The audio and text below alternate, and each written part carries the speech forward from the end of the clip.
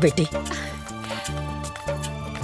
गोड़ अरे लागतानी बाबूजी। बहुरिया खुश रह दादाजी गोड़ लागतानी। अरे अंजलि खुश रह हेती चुकी रहे इतना बड़ हो गई। और दादाजी रउआ भी तो अभी तक एकदम हैंडसम और जवान बानी। चाचा चाची ला छुटको भी आ गईली।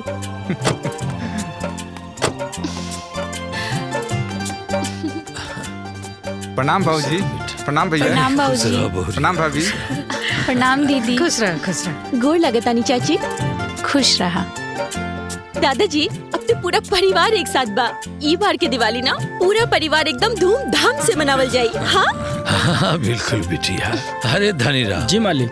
दिवाली के तैयारी करो। जी मालिक। अब बाजार से सारा पटाखा ले और छुड़छुड़ी जरूर ले हो। जरूर मालिक जरूर। बचपन में अंजलि के छुड़छुड़ी बहुत पसंद रहे। थैंक यू सो मच दादाजी। चलिए बाबूजी। चला। ठीक बा दादाजी, राउर तबीयत ठीक बा ना? हाँ बिटिया। हाँ वो तो देख के ही लग रहल बा एकदम फिट एंड फाइन बानी।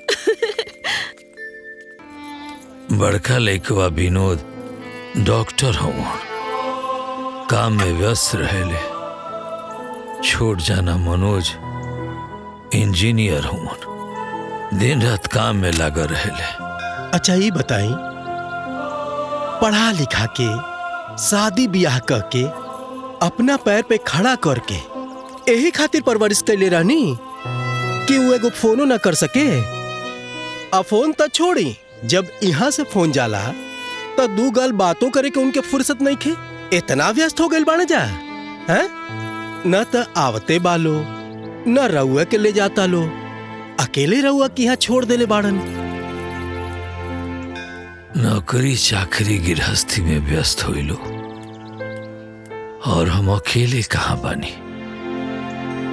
तू बड़ा पंच लोग बा, गांव समाज बा, घरे धनी राम बाड़े, कोनो बात के कमी नहीं खे।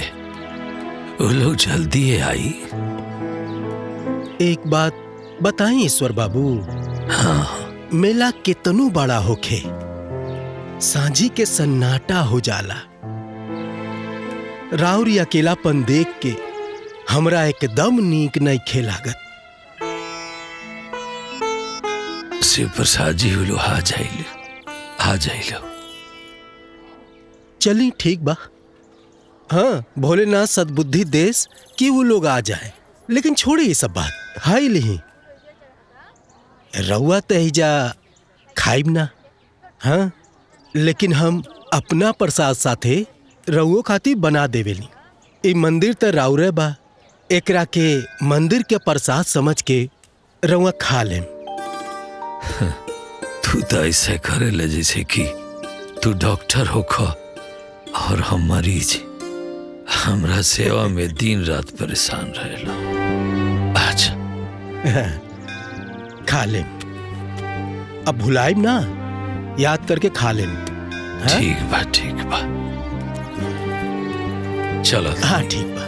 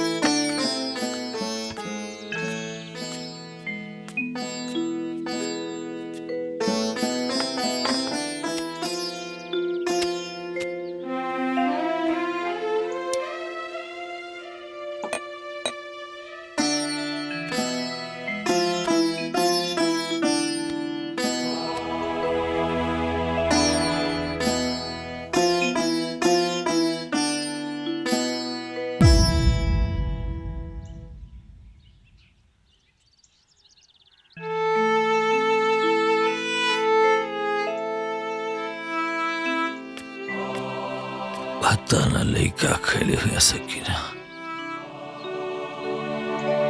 बाबा रउआ आज फिर मंदिर के खाना लाके खा लहनी। अरे तू चिंता मत कर, कुछ दिन में हमार लइका फैका आ जाइलो। रउआ उनका लोग के लिए इतना परेशान रहनी, उनके जवाब कोई तबे नहीं है। आज रख दम साजी खान खा ले। और सुना, तनी दुआरवा बाहर देता जी जा।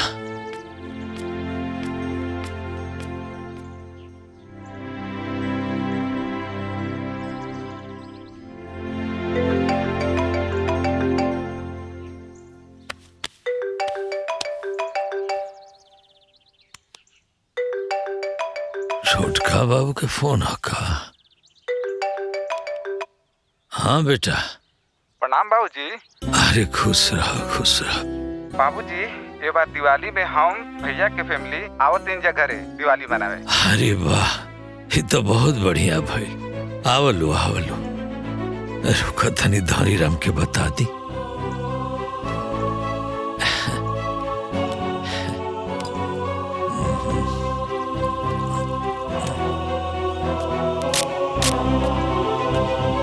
धनी राम।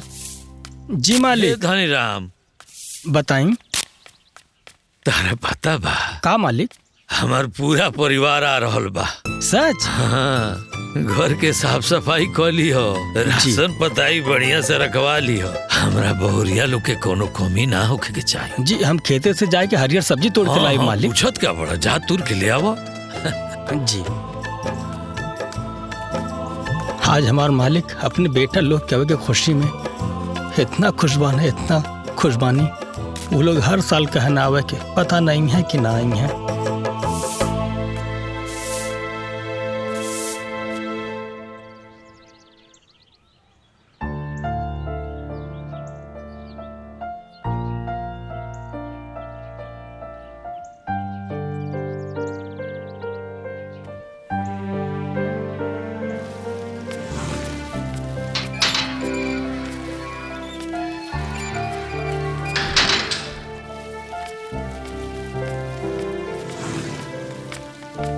हाँ मालिक। कहा ले आइल बड़ा धनी राम? मालिक खेते गल रहनी, मुरई और चराई लेके आईनी है।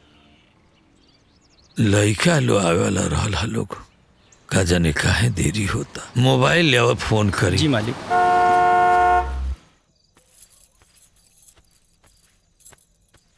विद्या, ए विद्या, हाँ जी। ई का करता रू? अरे दिवाली बीत गई, अब हमने के अपने घरे पटना चले के तैयारी करतनी। असुनी जौने काम खातिर रौरा ए गांव में आयल बानी न, वो बाबूजी से बात करके वो खत्म करी। और याद नहीं खे अपनी बेटी अंजलि के सगाई के दिन नजदीक आवता। अरे विद्या, दिवाली खत्म भइल बा, अब ये जाए के बात करीम तो नीमन ना लगी। तो रौरे का चाहतनी, डॉक्टरी छोड़ के 2-4 महीने एज रहब का? हाँ, आप पेशेंट सब भाग जाइए कुल तो पैसा गिनल बंद हो जाई। धीरे बोला, देखा 2-4 दिन में बाबूजी के मूड देख के बात कर लिहल जाए। हाँ अंजलि। हाय राज, कैसन बाड़ा? हम ठीक बनी, तू बतावा। पता बा राज, यहाँ आइले अभी 2 दिन भइल बा, लेकिन ऐसन लाग रहल बा कि जैसे एको जमाना हो गइल तोरा से बात करल आ मिलल। साचो का? और घर में के बा? ई कोठी में दादाजी रहेनी, हमने तो पटना में रहेनी जा, और चाचा चाची भी लखनऊ में रहेलन। लेकिन राज, हमरा के ना एको बात समझ में नहीं खे आवत कि इतना बड़ा कोठी में दादाजी आखिर अकेले कैसे रहेलन। अरे पगली, तो तोहरा मम्मी पापा से पूछे के चाहिए ना। हमार दादाजी तो हमनी के साथे रहेनी, जब हमनी का शहर में रहे नी सन तो यहाँ रहे नी। आय अगर दादाजी गाँव में जानी तो हमार मम्मी पापा केहू न केहू जाके वहाँ के साथे रहेला। देखा, आज भी हमनी के परिवार के रिश्ता गांव से टूटल नहीं है। बात तो सही बा। पता बा राज, हमरा के पता ना ऐसन काहे लग रहल बा कि हमार दादाजी के साथ जरूर कुछ गलत हो रहल बा। वैसे हमें पता तो लगा ही ले, लेकिन तू अपन ध्यान रखिया, ठीक बा? ओके। और ये बात ना सुबह हम अपन दादाजी से जरूर पूछब कि आखिर का बात बा। ठीक बा, ध्यान रखिए अपन। हैप्पी दिवाली। हैप्पी दिवाली। अब जल्दी चल एइजा से, ना त ई खटमला मच्छर हमरा के काट काट के खा जियसन। मिले आइल रहा अपना बाबूजी से मिल लेला ना। अब सवेरे अपन काम करा आ चला ही जैसे। हाँ भाई, चले के तो बटलही बा। पहले बड़का भैया से सगरो बात हो चुकल बा। देखा, पहले आपके चक्कर में कहीं गाड़ी मत छूट जाए। जेठ जी कहस ऐसे पहले तू कह दा। ई जल्दी झंझट निपटावा आ कल चला ही जैसे। अरे हाँ, चले के तो बटलही बा, लेकिन कुछ पावे खातिर कुछ कष्ट उठावे के पड़ेला, तो थोड़ा सा झेल ला। हम ना झेलब, तू एजा बैठा आ रात भर मच्छर मारा, हम सुता तनी। अरे अच्छा भाई, तू सुता, हम रात भर मच्छर मारब।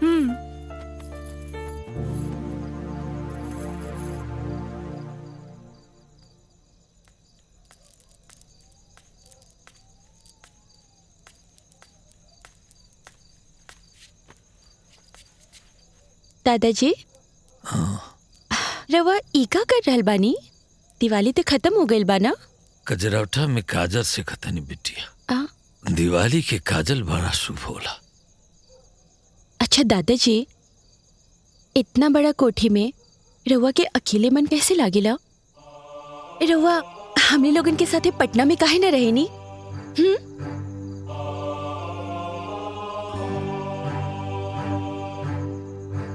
दिवाली के दिने तार दादी सबका की काजर लगावस। बिटिया ऐसन करो,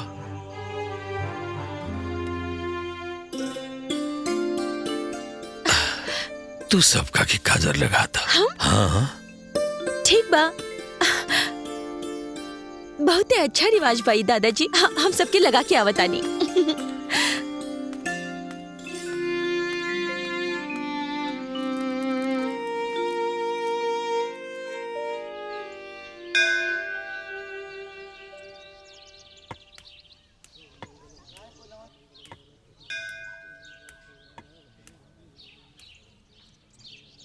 जय बजरंग बली। लैकन फैकन पर कृपा बनौले रखे।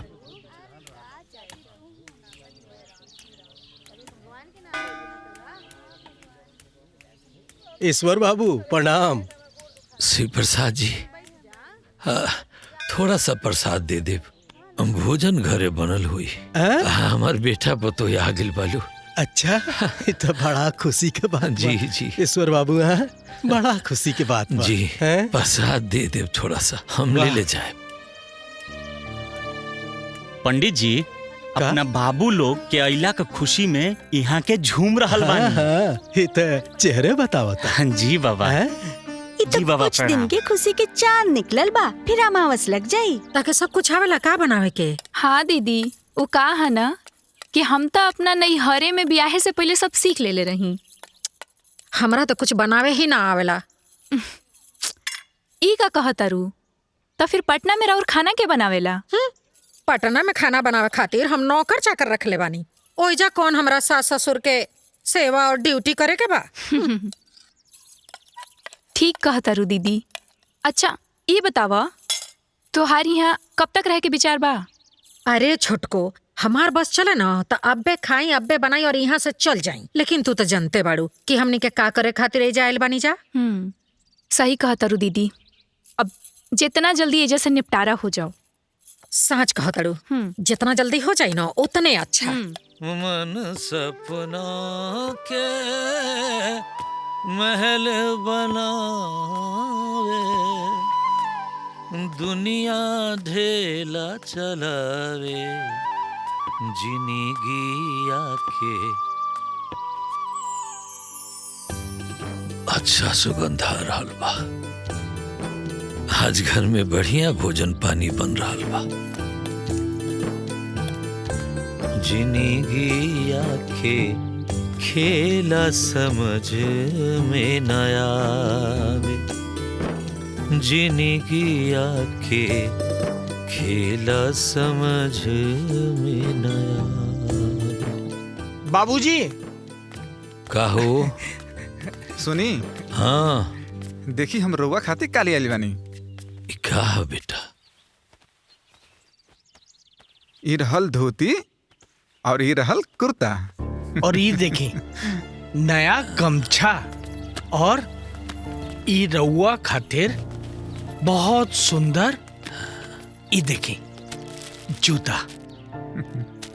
एकर का जरूरत रहला?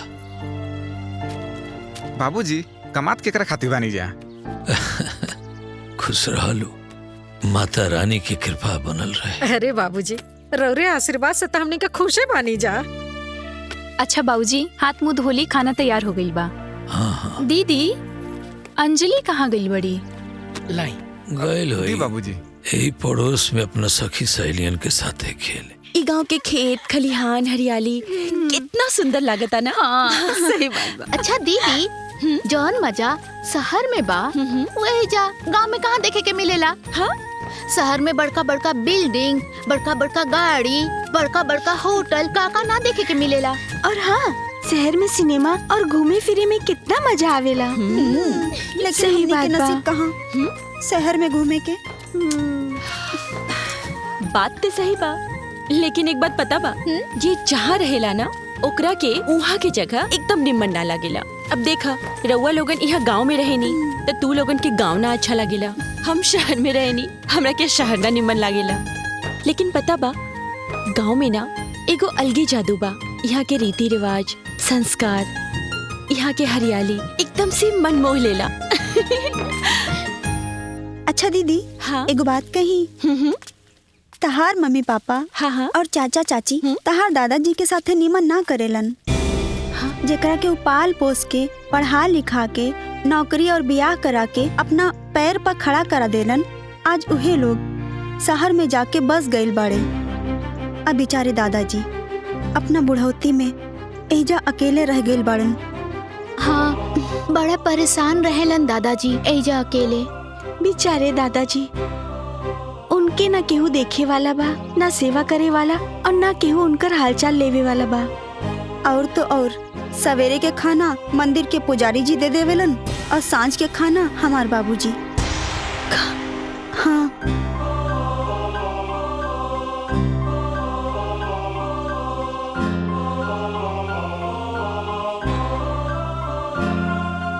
चलो घर चलल जाओ। हाँ चला।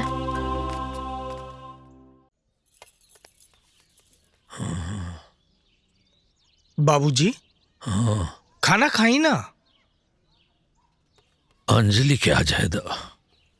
अरे वो आ जाए, रउआ खाना खाई। हाँ हाँ रोमा खाई ना, चली खाई। दीदी पूछा ना। बाबूजी तनी हम जानल चाहत रहनी है कि अपन गांव में कितना खेत बाड़ी जायदाद वगैरह बाटे, तनी बताई ना। अरे वो कुल बाप दादा के बनावल संपत्ति है, वैसे तू काहे के पूछे तरी कुली? वो अरे हमरा के बहुत तेज भूख लागल बा। अंजलि मम्मी फटाफट खाना दाना। अरे तू पता नहीं कहाँ कहाँ घूम के आयल बाड़ू, जा जाके तनी हाथ पैर धो के आवता, ओकरे बाद खाना खइह। अब अंजलि कैसन लगल गांव? सच बताई पापा, तो गांव में एहजा जे मजा बाना वो शहर में तो बिल्कुल नहीं खे। अब मम्मी हाँ? हम इधर उधर ना घूमत रहनी है। वो धनीराम चाचा के बेटी अंजू, ओकर दोस्त रेनू और पिंकी, वो सब हमर दोस्त बन गई बाड़ी, तो उहे लोगन के साथ गांव घूम रहल रहनी है। तो के गांव में अइला 2 दिन ना भइल, आई अनपढ़ गंवार लइकियन से दोस्ती कर रहल बाड़ू। वाह चाची रउआ ते हमरा के रिश्ता के मोल ना समझाई ना, उहे बेहतर हुई। काहे कि रिश्ता ऊना होला जे जन्म जन्मांतर से चलल आ रहल बा। सच्चा रिश्ता ना 2 मिनट में भी बन जाला, ऊ जन्म जन्म तक चलेला। कितना बदतमीज हो गई बड़ी।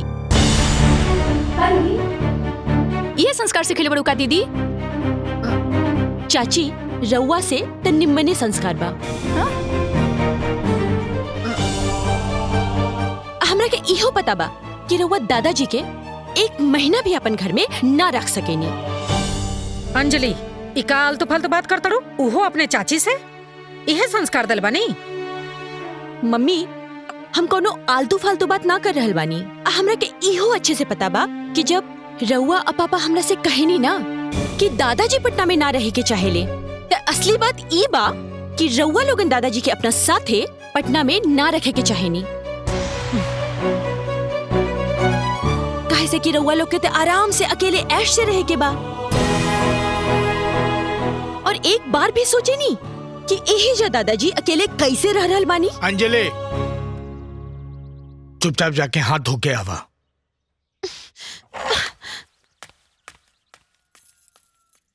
तू कुछ कहत रहा।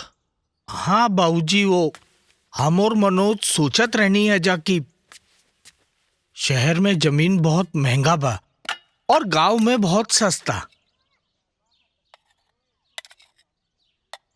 शहर बहुत महंगा बा, लेकिन शहर खातिर अनाज खाए पी के सामान तो सब गांव से ही जाला। बिल्कुल सही कह रहल बानी दादाजी। वैसे दादाजी, रउआ जे मंदिर बनवले बानी गांव में, वो मंदिर कहाँ बा? अरे बेटा, गांव के पूरब में बा, देख लिया जाके। गांव ते हम घूम लेनी दादाजी। खाना खाए के बाद रउआ हमरा के मंदिर घुमाइब का? बिल्कुल, खोजता। अरे वाह दादाजी, मंदिर तो बहुत ही सुंदर बा। हाँ।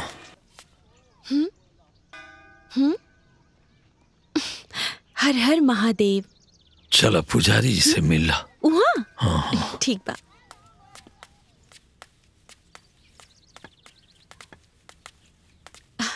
शिव प्रसाद जी। अरे ईश्वर बाबू, आई आई आई। गोड़ लागतानी पंडित जी। अरे जुग जुग जिया बिटिया, जुग जुग जिया। हमरा के पहचान गनी? अरे जे दादाजी के छड़ी बन के आयल बिया, ओकरा के ना पहचानब तो केकरा के पहचानब? बिटिया, अब तू लोग इनकरा के छोड़ के ना जइह, और जब जइह ना तो इनकरा के भी साथ लेके जइह। तू लोग के बिना ये बड़ा बेसहारा और उदास रहल। देखा, इतना भरल पूरा परिवार बा, ओकरे बावजूद भी ये एकदम उदास और तकलीफ में रहल। जी पंडित जी, यही खातिर तो हम आइल बानी ना, दादाजी के छड़ी बने। अब हम दादाजी के कबो अकेला ना छोड़ब। अब दादाजी के कौनो दुख चिंता ना हुई। देखा बेटा, जब से तू लोग यहाँ आयल बाड़ू ना, ईश्वर बाबू के सूखल जिंदगी में बहार आ गइल बा। देखा कैसन चेहरा इनकर मुस्कुरात बा। दादाजी, रउआ परिवार के खातिर इतना दुख सहनी ना, लेकिन आप अगर रउआ के केहू भी दुख देना तो ओकरा से भी ज्यादा दुख मिली। हाँ बिटिया।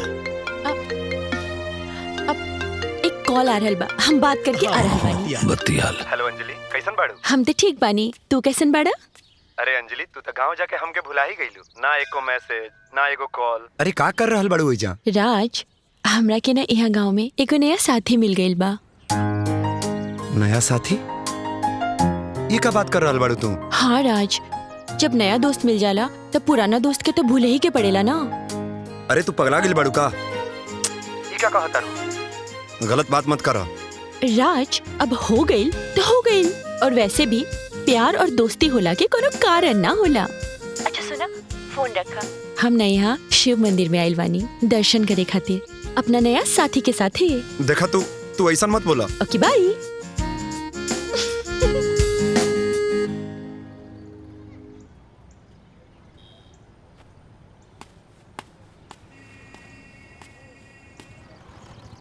सर, रउआ अकेले यहाँ दुखी मन से काहे बैठल बनी?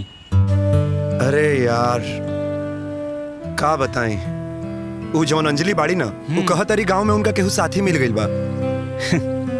रउआ मानी या ना मानी, भाभी तोहरा प्यार के परीक्षा ले रहल बाड़ी। का बताएं, तू तो जाने ला ना कि अंजलि और हम कितना प्यार करेनी आपस में, और हमनी के प्यार हमनी दोनों के परिवार के भी मंजूर बा, और अब तक और हमनी के ब्याह भी तय होके वाला बा। तब वो ऐसा बात करतिया और गांव में जाके कोनो गंवार से प्यार कर लेलक। रउआ तैयार हो जाई प्यार में परीक्षा देवे खातिर। हम तो तैयार बानी। हमार और अंजलि के प्यार के बीच में अब जे भी आई वो जान से जाई।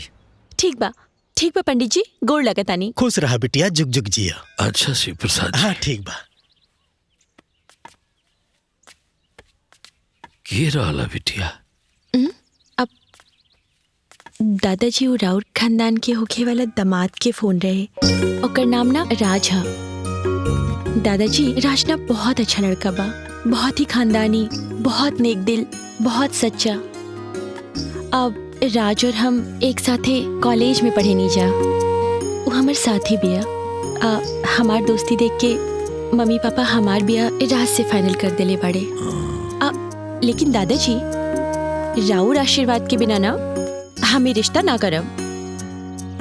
हम कहाँ वहाँ जा पाए बिटिया। अरे दादाजी रउआ के कहीं जाए के जरूरत ना बा, उ लोग के रिश्ता करे के बा तो उ लोग यहाँ आई, राउर आशीर्वाद ली और रिश्ता पक्का करके जाई। तारा लड़का पसंद बा न बिटिया? दादाजी हमरा के वो पसंद ते बा और वो हमारे कॉलेज के अच्छा साथी भी बा। लेकिन दादाजी जब तक रउआ ओकरा से ना मिलब, ओकरा के पसंद ना करब, तब तक हम हामी ना भरब, काहे कि राउर आशीर्वाद के बिना कुछ ना होई। काहे के ई सपना दिखावा तारू? तारा पता बा ना, आज ना तो काल तू शहर चल जाइबू और फिर ही बुढ़ा अकेला हो जाई। जिकरा फिक्र करे के चाही वो तो करते नहीं है। झूठे ने सने के धागा में मत बांध बिटिया, मत बांध। दादाजी ई कोनो रुई के रसरी ना हा, ई ना स्नेह, प्रेम, संस्कार, रीति रिवाज के धागा हा, जे केहू के तोड़े से कब्बो ना टूट सकेला। हाँ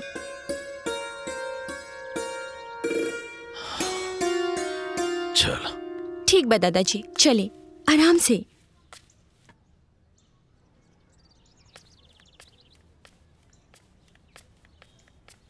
ए जी, अंजलि के पापा और मम्मी के गाँव में गए तो ढेर दिन हो गई, अभी ले वो लोग आइल ना? अरे भाई डॉक्टर साहब गाँवे दिवाली मनावे गए बाड़न, आ जइहन नु। काका बबुआ के बोला लाई। ठीक है मालकिन। हाय देखा, हाय लेकी टॉप आइल बिया। अरे वाह, तोरा मम्मी के सब ना बुझाला। देखी बबुआ आ गई। ए बबुआ, तोरा तो अंजलि से बात भइल होई ना? भैया के बात तो भइले होखी, हमरा होखे वाली भौजी से। तू चुप रह, कोनो बात हमर नहीं के भइल। अरे बबुआ काहे नाराज होता रहा? अरे वो गाँव में गइल बिया, नया जगह बा, नया सखी सलेहर मिलल होई, नया नया चीज मिलल होई देखे के, वही में व्यस्त होई, नाराज वाराज ना होखल जाला। और वही में कोनो नया नया साथियों मिल गइल बा।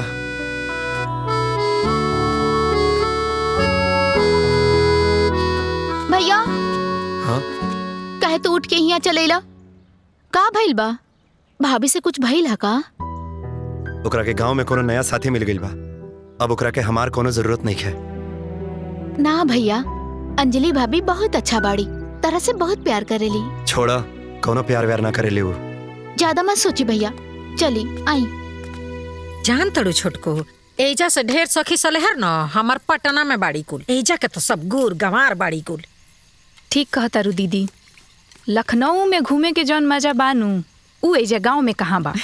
सच कह तड़ू छोटको, अंजलि के पापा न हर हफ्ते में हमके सिनेमा देखावे ले जानी सिनेमा हॉल में। अरे दीदी, हमके भी ना अंजलि के चाचा हर हफ्ता लेके जालन लुलु मॉल। हाँ, अब हमरा के केहू कही नू कि शहर छोड़ के गांव में रहला त हमरा से ना हुई। तहरा का लागता छोटको, हम जब से गांव में आइल बनी न हमार सांस फूलता, लेकिन ए बार न अंजलि के पापा इतना मान मनोवल कैनी है, जिद कैनी है, तब जाके हम आईनी है ना, तो आईती नहीं हम गाँव में। हमरो अब की बार आखिरी बा दीदी, एकरा बाद हम ई गांव में सड़े खाती कब्बो ना आई। सुना, जौन प्लान लेके ये दोनों भाई आइल बालो, अगर वो प्लान सक्सेस हो गइल तो हमने के गांव में दोबारा आइले के कोनो जरूरते ना पड़ी। भगवान करे दीदी कि ई प्लान सक्सेसफुल हो जाओ, तब अगला साल ना हम मनोज आइम जब पटना घूमे खातिर।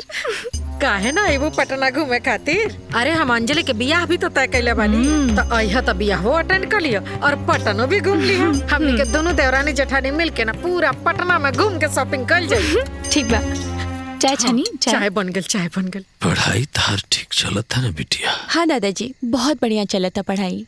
इली चाय पी।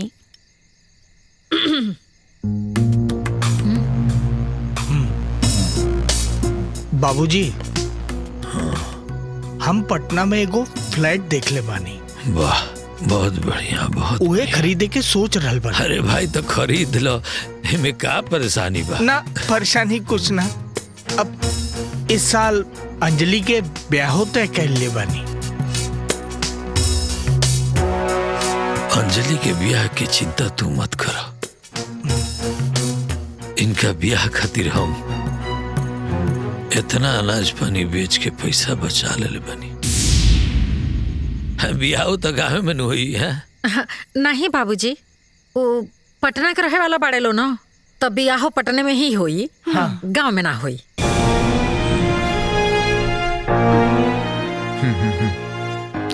बाबूजी, हम कुछ कहल चाहता नहीं। बोला।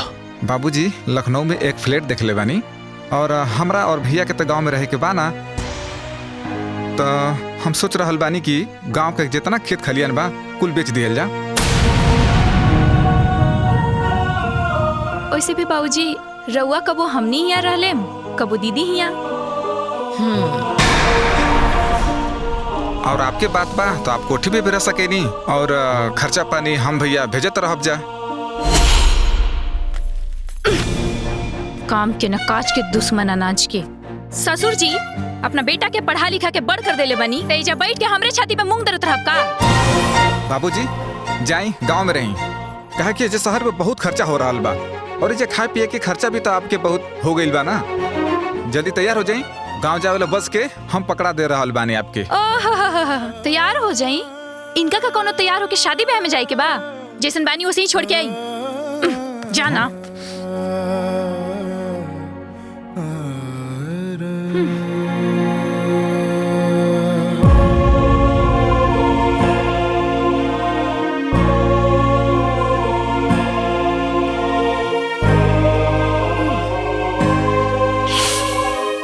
खर्चे की का बात बा? वैसे भी अपने बनावल मंदिर में चढ़ावा खाए पिए खातिर खूब मिलेला।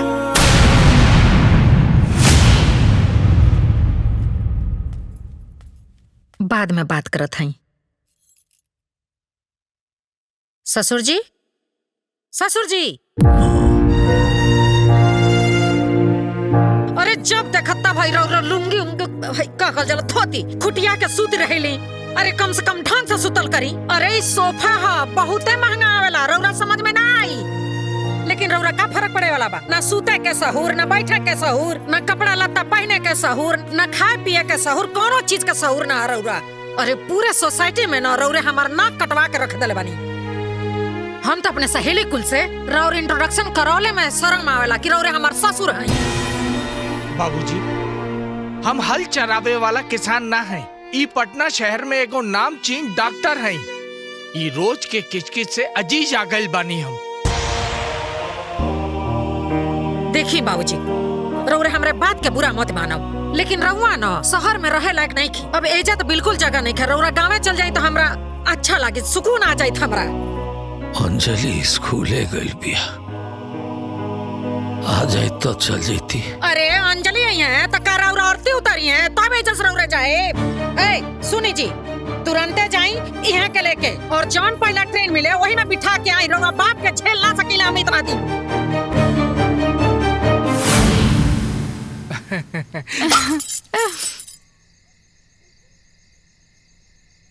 मनोज, हाँ हाँ भैया, हम कहतानी कि ई कोठी के भी बेच दिहल जाओ, आधा आधा बंटवारा कर लिहल जाए। हाँ तो का करे के बा? कल गांव में चल के सबके बोल दिहल जा, और जे अच्छा भाव देई ओकरा के बेच दिहल जाई। पापा, चाचा जी, रउआ लोगनी का बोल रहल बानी? रउआ लोगन के बुझा रहल बा? अंजलि, दादाजी, जब बड़ लोग बात करे ना तो छोट लोग के बीच में ना बोले चाहिए। जब देखा तब पकड़ पकड़ करत रहेली, कुछो बोले के सहूरे निखे। वैसे ससुर जी, रउआ का सोच रहल बानी? अरे फैसला हो गया। हाँ, हो गया। कल बस कोठी और खेत बेच दिया जाए, बंटवारा कर लिया जाए। जैसन ठीक समझी भैया। हाँ, चला चल।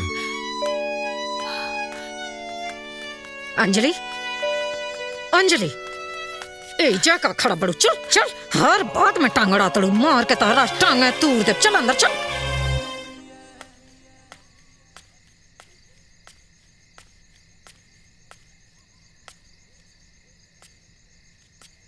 दादाजी। हाँ अंजलि, आवा। रवा खाना ना खाई। बैठो बैठो।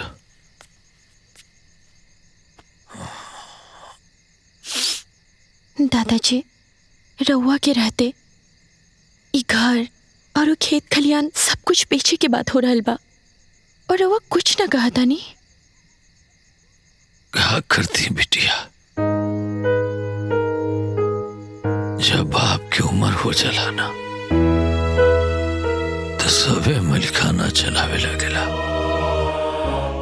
पता ना आज का है, तारा दादी के बहुत याद आ रहा बा। दादाजी हमरा साथे पटना चली ना। पटना? एक बार पटना गई रानी, अब तो बहुत छोट रहलू। हम गांव के गंवार बने, शहर में कहाँ रह पाई। पूरा जिंदगी तो गांव में बीतल, अब तो भगवान के यहाँ जाए के समय आ गई बा। अब जौन होई तो होई ही जा होई। हम जानता नहीं दादाजी, रउआ जी बोले के चाही वो ना बोल पा रहल बानी, और जे ना बोले के चाही वो लाचारी में बोल रहल बानी। मम्मी पापा चाचा चाची रउआ साथे बहुत गलत कर रहल बाड़े। जौन माई बाप अपने लड़कन के पढ़ा लिखा के होनहार बनावेलन, वही लड़का काहे अपना माई बाप के अकेला छोड़ देवेला?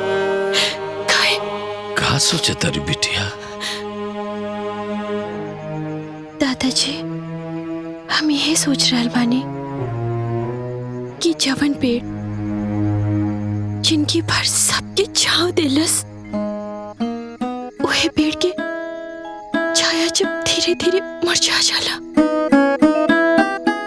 वही लोग सब धीरे धीरे ओकरा से दूर हो जाला। अरे वाह, हमार पोती तो बड़ा समझदारी वाली बात करती है। अच्छा ही बताओ, कुल कहाँ से सीखले बाड़ू? रवे न पोती है हम दादाजी। दादाजी, हमरा के पता बा मम्मी पापा चाचा चाची रउआ के अपन साथ रखे के नइखे चाहत। ना बिटिया ना, ऐसा बात नहीं के। अरे वो लोग हमरा के बहुत प्यार देला, बहुत सम्मान देला। हम सब समझ गए बानी दादाजी। अच्छा तो वो काम करो, हमरा सवेरे उठे के बा। लेकिन दादाजी, तू जा, अब तू आराम करो, हमरो आराम करे के बा। अच्छा चलिए सो जाइए जल्दी। हाँ हाँ सो जाइए, चली। हाँ हम सो जाए। गोर लागत आनी। खुश रहो।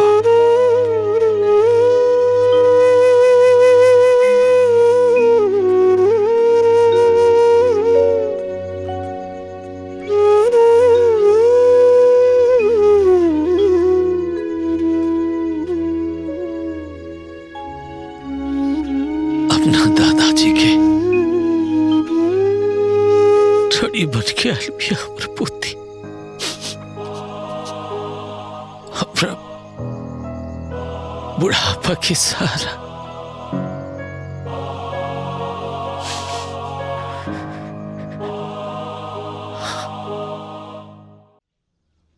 प्रणाम भैया। रामदीन काका। जी बाबू। अपन काम काज के व्यवस्था तू कहीं और काला, काहे कि घर और खेत खलियान सब बिके वाला बा। भैया तू कोनो पार्टी देखा और हमहू देख रहा बानी। जितना जल्दी केहू तैयार हो जाई उतना जल्दी बेच दिया जाई। ठीक बा? ठीक। हम चल रहल बानी और आप हो जाई। ठीक बा, खुश रहा। ठीक बा बाबू, अपन ख्याल रखिए। जा। प्रणाम। नमस्ते बाबू। अंजलि कहाँ बिया? अब ले अंजलि ना आई? अंजलि, ए बिटिया अंजलि। हाँ पापा। ये हो ना।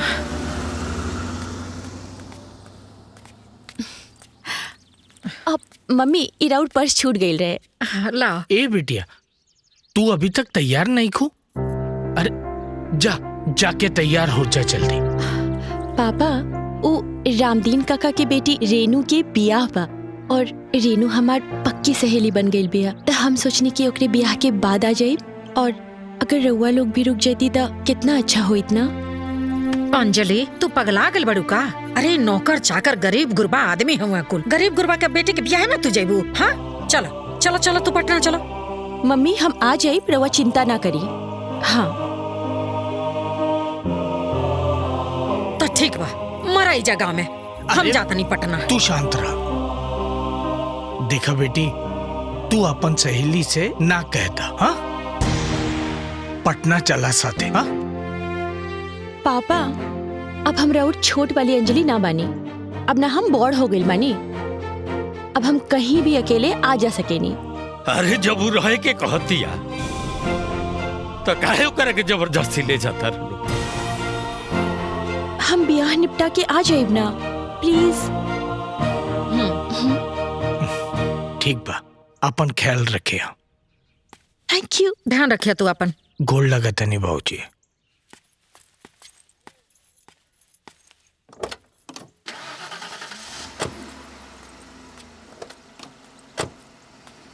मेहमान तो तू हो,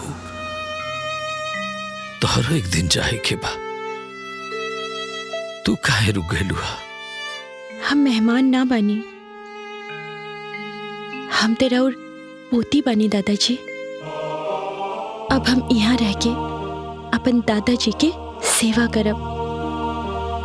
एक बात बताई दादाजी, कि माँ बाप अपन बाल बच्चा के पढ़ा लिखा के इतना बड़ा इंसान बनावेला कि जब ओकर माँ बाप बूढ़ा होई तो बुढ़ापा में ओकर सेवा करी, न कि ई खातिर कि वो अपन बूढ़ा माँ बाप के छोड़ के शहर चल जाई। दादाजी, हम राउर छड़ी बन के दिखाई।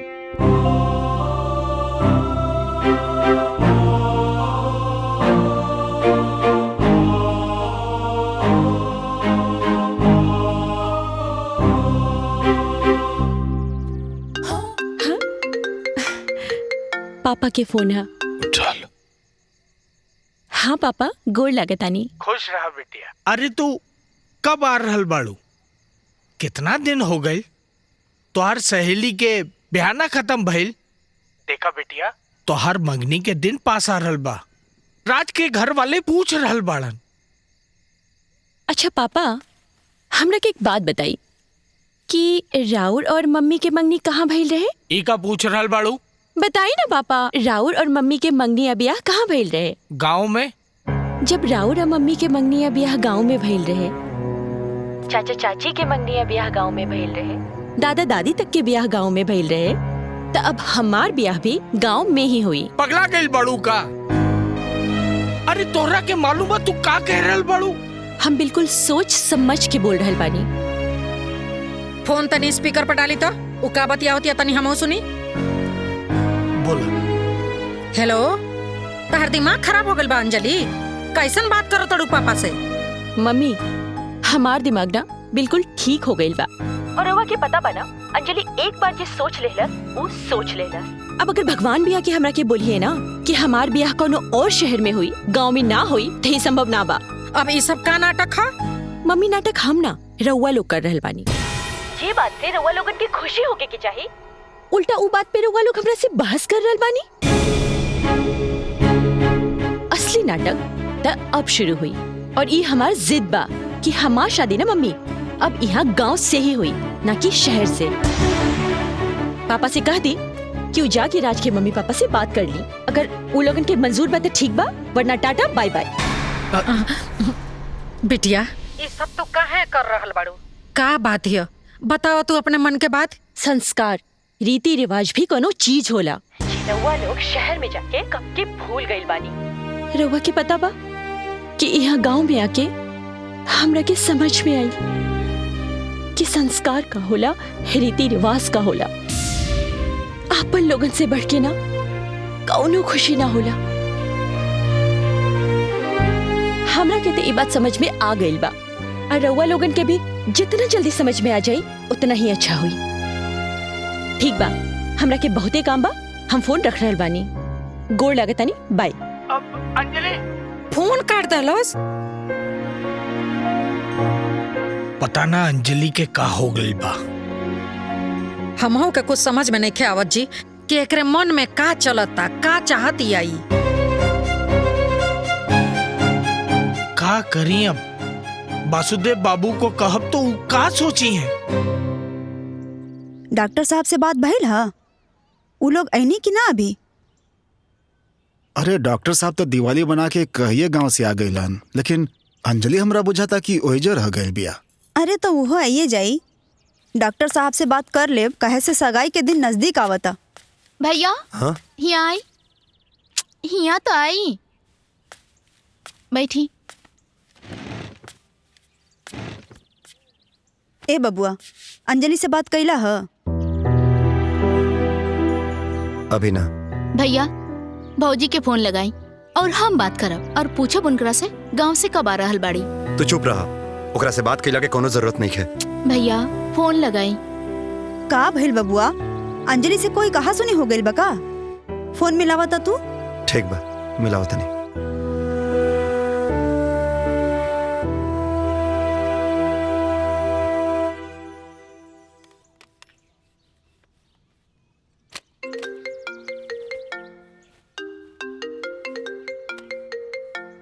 अंजलि बिटिया। जी दादाजी। देखा तार फोन होता।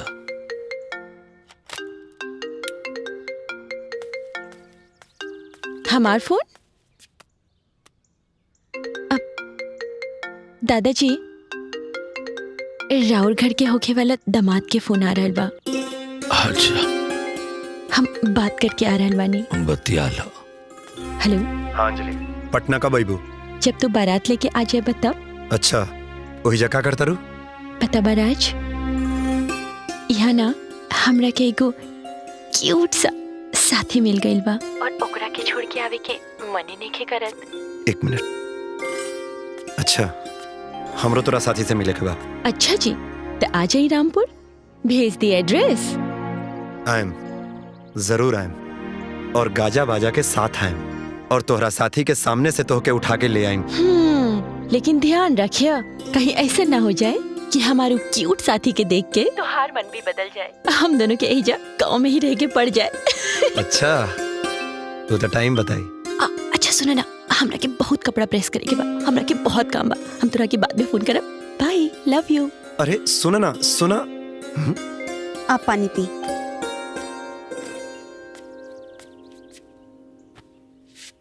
का बेटा, का बात भइल? अरे पापा वो गांव में जाके कपड़ा प्रेस करतिया। कपड़ा प्रेस करतिया? हाँ। और का बात भइल? वो हमनी सब के रामपुर बुलावतिया। रामपुर? अच्छा, भैया के शादी के दिन रखे खातिर हम सबके रामपुर जाए के पड़ी।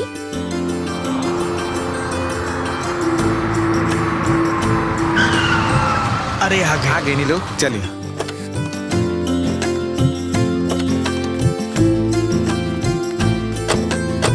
प्रणाम। अरे रहुआ जाना तानी, बहुत दिन के बाद गांव घूमे के मौका मिला था, आनंद आ गया। देखिए जी, आई। चलिए। प्रणाम। नमस्ते। प्रणाम। नमस्ते। ये हमार बाबूजी हैं। जी जी, प्रणाम। आई। प्रणाम। खुश रहा बेटा। प्रणाम दादाजी। खुश रहा बाबू, बैठ। बैठिए बाबूजी। बाबूजी, हम और विनोद भाई साहब साथ में ही डॉक्टरी करें नीचा। अच्छा अच्छा। अच्छा, ये लोग से मिलिए। ये हमार पत्नी यशोदा है। नमस्ते। आई हमार राज बेटा है। आई तो हमार लाडली बेटी गुड्डी है। मनोज। हाँ भैया। जवन बात भइल रहे, केहू से बात भइल की ना? जी भैया, अभी फिर से आइल बन गया। तो अंजलि के शादी के दिन निकला जाता, तो ओकरा बाद वो काम कर लिए जे, और वो कहा बा कि बहुत लोगन से बात हो चुकल बा, और ये गांव के लोग ही तैयार बा दाम देवे खातिर। ठीक बा। ए अंजलि के माई, अंजलि के लेके आवा। तब तक पंडित जी दिन तारीख निकाली ना। हाँ बेटा हाँ।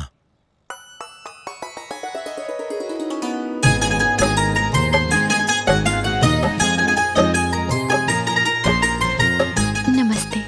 नमस्ते। खुश रहा। प्रणाम मम्मी जी।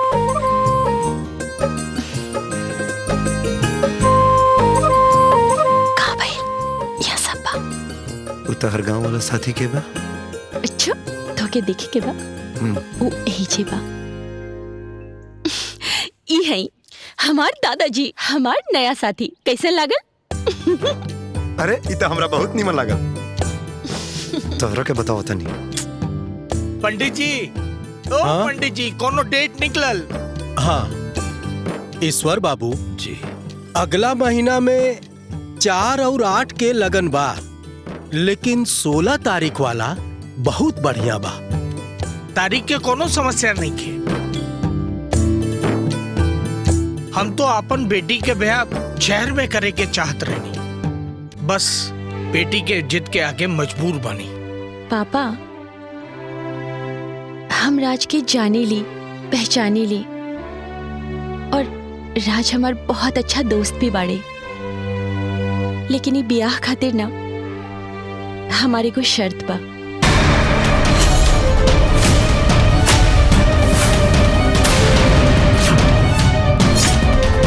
कैसन शर्त बिटिया? हम रउआ लोगन से कहल चाहता नहीं कि हमार दादाजी, हमार चाचा अब पापा के पढ़ा लिखा के बड़का आदमी बनवलन। ये लोग के इतना होनहार बनवलन कि जब वो बड़ आदमी बन के बाहर निकली तो शान से अपन सिर उठा के चल सके। लेकिन और हमार दादाजी जब बूढ़ हो गई नहीं, और जब यहाँ के अपन संतान लोगन की सबसे ज्यादा जरूरत रहे, तब तक सब लोग अपन अपन जिंदगी में व्यस्त हो गई, शहर जाके बस गई। और एक बार भी ना सोचनी कि दादाजी बुढ़ापा में कैसे रहे। और ते और दादाजी से ये बात करके दादाजी के और दुखी कर देनी, ये कुल प्रॉपर्टी बेचे के बात करे लगनी।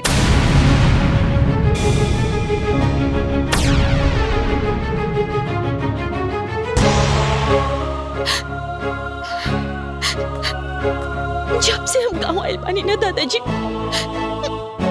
तब से हमरा हुआ के अकेलापन और उदासी में देख रहल बानी।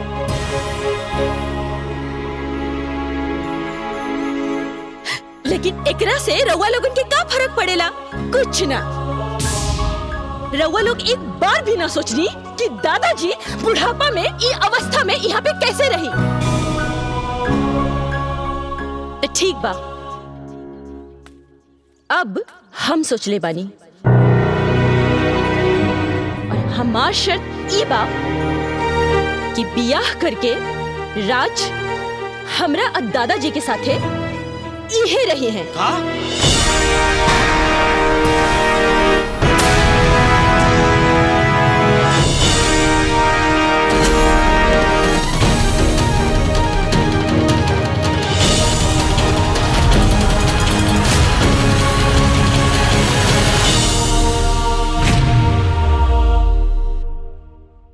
कॉल करें।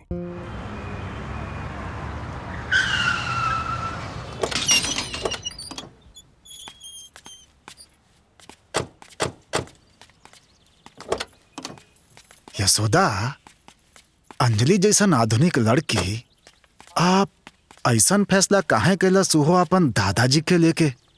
ये बात हमरा कुछ समझ में आवत नहीं खे। हमरो यही नहीं खे बुझात कि जिंदगी भर से शहर में रह के वो लड़की एकदम से फैसला काहे रखलक देहात में रहे के। आजकल लोग गांव छोड़ के शहर में रहे चाहता, वही अंजलि भाभी शहर छोड़ के गांव में रहे चाहता रही। हमके तो लागता कि गांव में कोई ओकरा के जादू टोना कर देले बा। जन्नी यही से तो गांव में रह के चाहतिया, और ना तो घर जमाई पति खो जातिया जे घर में जमाई बन के रहे। एगो बात कही, विनोद जी के मना कर दी, रिश्ता हमरा के मंजूर नहीं खे। तू सही कहता रू यशोदा, हमरो यह लागता। ना पापा, हमरा लागता जरूर है में अंजलि के कोनो ना कोनो मजबूरी बा। हम ओकरा के बचपन से जानीला, या तो हमरा प्यार के इम्तिहान लेवे के चाहतिया तो कोनो बात ना, हम ओकरा प्यार में कोनो इम्तिहान देवेला तैयार बानी। चाहे कुछ हो जाए, हम ई शादी जरूर करब, भले ओकरा ला हमें घर जमाई काहे ना बनने के पड़े।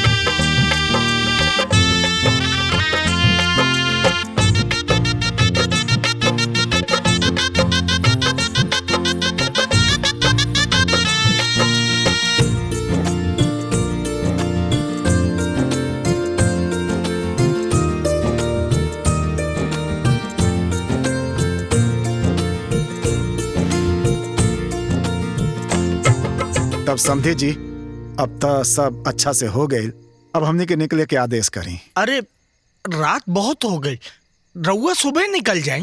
समझी जी, जाए दी, गाड़ी बा हमने निकल जाए। हे राज बेटा, जब से तू पैदा भइला ना, तब से आज तक तोरा कभी अपना से दूर ना कहनी। कहे जाना तारा, हम तो सोचत रही ना कि अपन गुड्डी बिटिया के जहिया विदाई करब ना, तो ओकरे विदाई के गम हमरा के बर्दाश्त करे के पड़ी। लेकिन आज हमरा के बेटा के विदाई के गम बर्दाश्त करे के पड़ रहा बा। लेकिन कोनो बात ना बेटा, सब ठीक बा। बेटा अब हम तोरा के जब हमने की याद आवे ना, आवत जात रही है।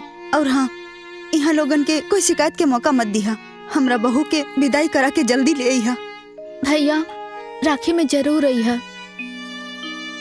ठीक बा, तब हमने के आदेश करा। अच्छा अच्छा, प्रणाम प्रणाम। खुश रह बेटे, चल।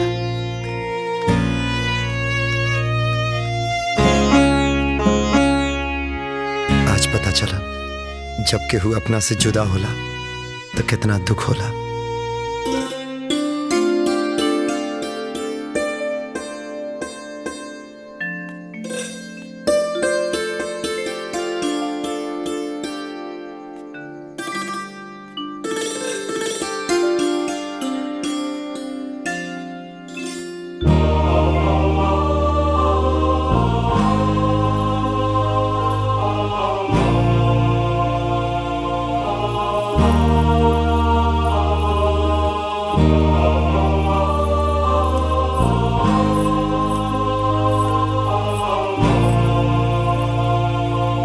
राज, हमरा के ते लगल कि तू यहाँ आके हमार घूंघट उठेबा, लेकिन तू तो यहाँ मूर्ति नियन आके बैठ गईला। का भइल राज, तू ई ब्याह से खुश ना बड़ा का? ना अंजलि, हम ब्याह से खुश बानी, लेकिन तोहरी ब्याह करे के तरीका हमके समझ में ना आइल। तू ऐसन शर्त काहे रख लू? पता बा राज, हम जानत रहनी हा कि हमरा से शादी के खातिर हम कौनो शर्त रखब ना तो हमार राज मना ना करिए। पता बा राज, पहले हम सिर्फ दोस्त रहनी है, लेकिन अब हम दोनों शादी के पवित्र बंधन में बंध गई नहीं, और अब हमने के रिश्ता और भी ज्यादा गहरा गईल बा। तोरा के पता बा हम ड्रामा काहे कइले बानी? सिर्फ और सिर्फ दादाजी के खातिर। तोरा के पता बा ना, दादाजी यहाँ इतना बड़ा कोठी में अकेला उदास रहे नहीं। तका वो लोग दादाजी के अपना साथे ना रखेला? हम बहुत छोट रहनी है, हमके ना थोड़ा थोड़ा याद बा कि दादाजी पटना गए रहनी। वहाँ पे हर हमेशा पापा मम्मी दादा के गंवार देहाती बोल के जलील करत रहे। सेम ये चीज दादाजी के साथे लखनऊ वाले चाचा भी करत रहलन। आखिर दादाजी ये सब काहे बर्दाश्त करती, और फिर अपन उहे मायूसी और उदासी लेके आ गई नहीं यहाँ गांव में। एक बात बताई राज, चाची या मम्मी के तो समझ में आवेला, वो लोगन ते दोसर घर के बेटी बाड़ी, लेकिन पापा चाचा वो लोगन ते दादाजी के आपन संतान बाड़न ना। इहे से हम फैसला कईनी, हम कुछ तो ऐसा जरूर करब जेकरा से हम पापा और चाचा दोनों के सबक सिखा सकी।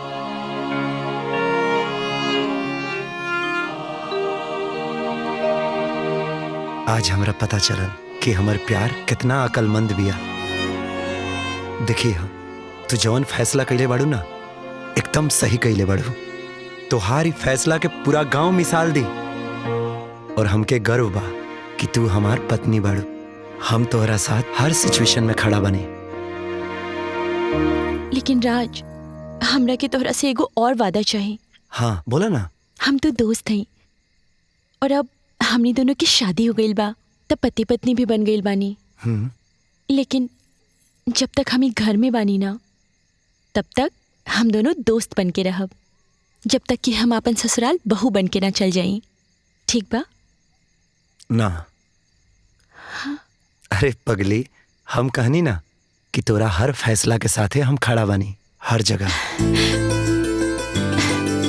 थैंक यू सो मच राज।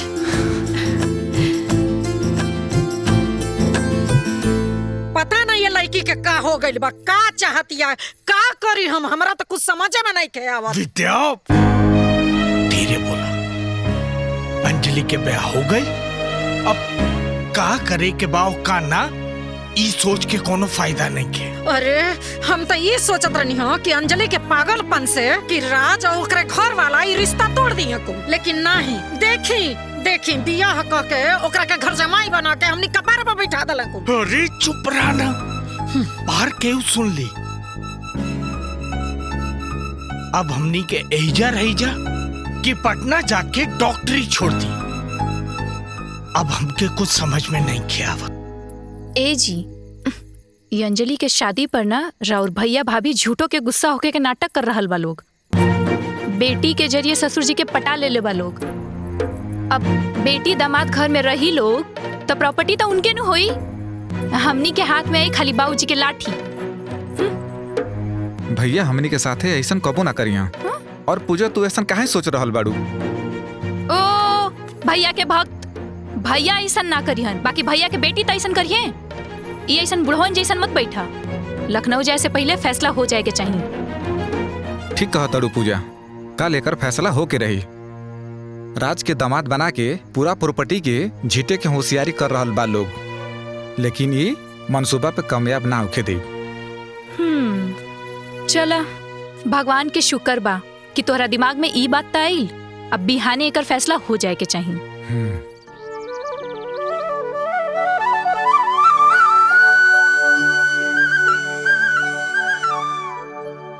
हे तुलसी मैया, हम दादाजी खातिर जवन फैसला ले ले बानी, हम ओकरा के निभावे में सफल हो सके। हमरा के इतना शक्ति दी, हमरा के इतना शक्ति दी माई।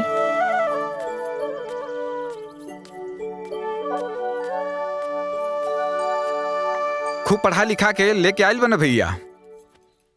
ऐसा चलना कि पूरा बंटवारा करे के सिस्टम ही खत्म कर दिया। मनोज, ई का नाम साला बोल रहल बड़ा। काहे ना बोली है जेठ जी, काहे ना बोली है ई?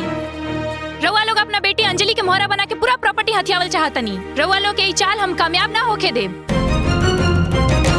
ई प्रॉपर्टी में हमनी के भी हिस्सा बा, आई हिस्सा हम लेके रहब। अरे हमने के पहले ही परेशान बानी जा अंजलि के फैसला के लेके।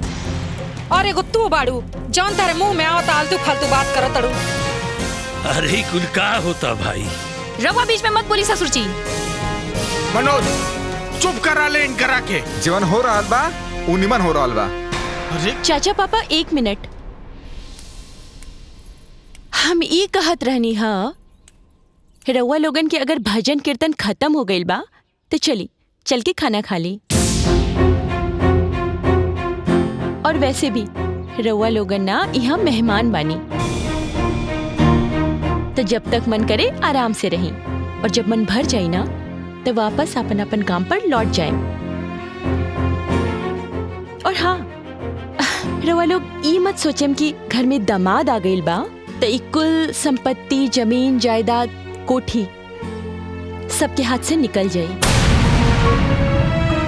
जब तक दादाजी बानी तब तक की कुल संपत्ति सिर्फ और सिर्फ दादाजी के ही रही।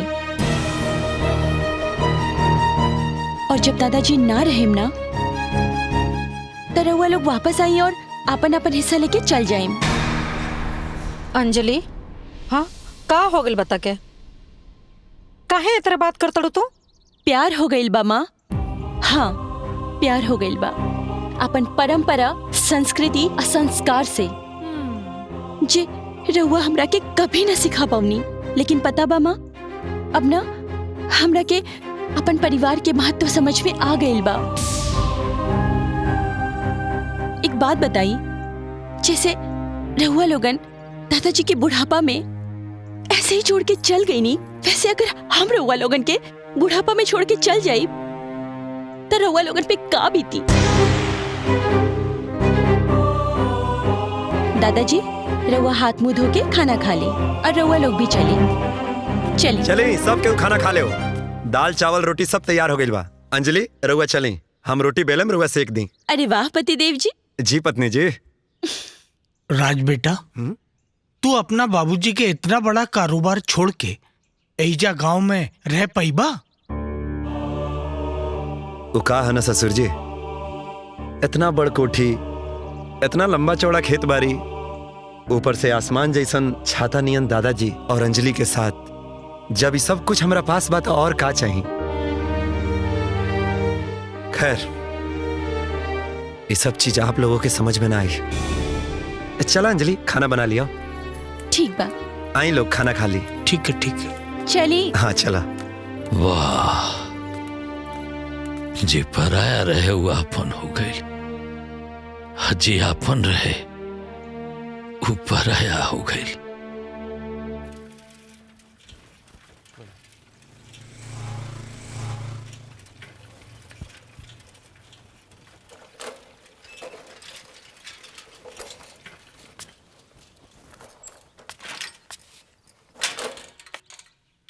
मालिक, मालिक कहाँ बानी? मालिक, राम राम मालिक। राम राम। का हो धनी राम? ठीक है बा मालिक। और कुल बताओ का होता? सब ठीक बा मालिक, सब राउर आशीर्वाद बा। बैठी मालिक। खेती बाड़ी सब बढ़िया? जी मालिक, सब बढ़िया बा।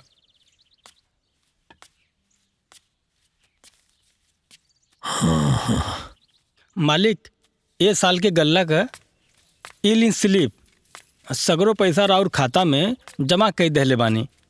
बढ़िया खिला। एक नहीं मालिक। 8 लाख रुपया? तनी हमू देखी। हाँ, इतना पैसा खेती बाड़ी से आवेला? धनी राम, इस ससुर जी के खाता में कुल कितना पैसा होई?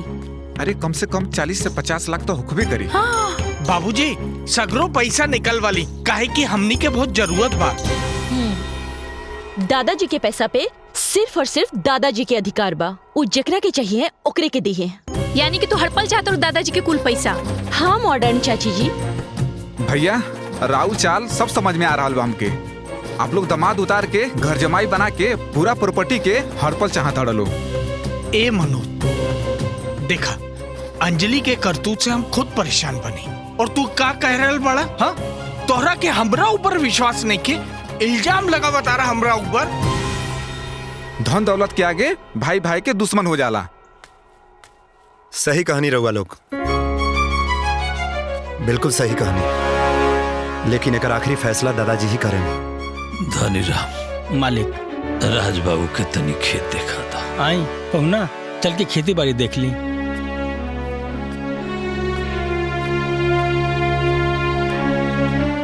अब एकर फैसला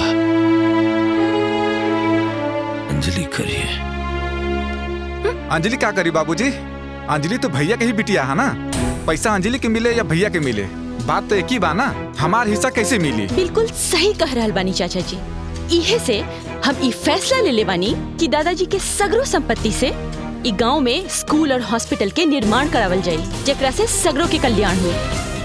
राज बाबू जी चाचा, जितना ये सब खेत लौकत बा, ये सब ईश्वर मालिक कहा, और वो सागौन और आम का बाग है ना, वो सब ईश्वर मालिक का कहा, वहाँ से लेके दीवार तक। हाउ देखा, विनोद बाबू के दामाद खेतवैया करे लागल। घर जमाई तो हइये हवन, खेती बाड़ी कर तरन का। हाँ, सुनले बानी कि अंजलि बबुनी के विनोद बाबू के दामाद से पहले ही से चक्कर रहे। हाँ तो इस शहर में चलेला। जानता नहीं काका, ये सब खेत बाड़ी ही हमनी के भारत देश के शान है। पूरा दुनिया में एगो भारत ही ऐसा देश बा जहाँ कोनो देश से अनाज न खरीदल जाला। हमनी के खुद आपन अनाज यहाँ पैदा करेनी, यही से ही देश के किसानन के देश कहल जाला। ये तो है राज बाबू, विज्ञान कितनो तरक्की कैले, बगैर खेती बाड़ी के कौनो देश आगे ना बढ़ सकाला। और शहरी लोग के लगेला कि हमनी के किसान है और बड़ा परेशान है। हमनी के मेहनत से रोटी मिलेला और हम ही हिंदुस्तान है। एकदम सही कहानी। वाह चाचा जी, वैसे बातचीत ही चलत रही कि खाना खाए के भी विचार बा। अरे खाना काहे ले आइलू हो? हम तो घर ही आवत रहनी खाए। हम रउआ खातिर ना, हम तो चाचा जी खातिर खाना लेके आइल बानी। का जरूरत रहले बिटिया?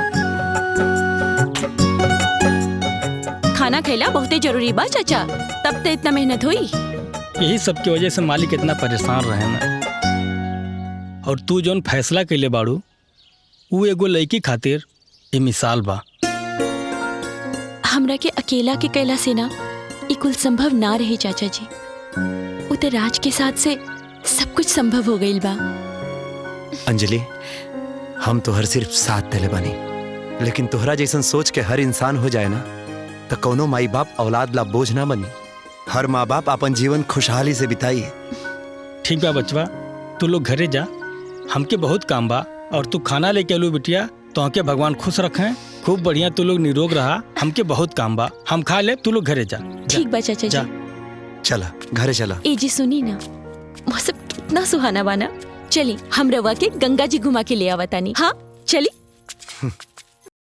बहुत तेज बनतिया वो अंजलि, जौन एक तीर से दू शिकार कइल चाहतिया। अरे हम तो कहतानी कि वो सफल भी हो जाई। अरे हुआ ना, बैठ के अपन भैया के मुंह देखत रहब। हम कहतानी कि उहे दोनों जना के चाल ह। बस ये अंजलि के ना खाली अपन मोहरा बनीले बा लोग। रउआ ना कुछ करी अपन प्रॉपर्टी में हिस्सा खाती, ना तो जब बैठ के नौकरी भी जाई, अब प्रॉपर्टी में अपन हिस्सा भी। कह तो रहल बानी, का लड़ाई करी? लड़ाई? अरे रउआ सोशल मीडिया न्यूज़पेपर ना देखे नी का? लोग प्रॉपर्टी खातिर बड़ा बड़ा मर्डर कर देवेला। रउआ से तो खाली लड़ाई के बात करतनी, हम तो कहतनी कि बुढ़वा के लकवा मार दो बस। ये कुल का कह रहल बड़ू तू? ये सुन ली तो सुन ली, हम डराई लगा केहू से। चाचा जी, चाची जी आ जाई ना, खाना लाग गइल बा। सुन ला। चली। हाँ खाई ना। आई बैठी।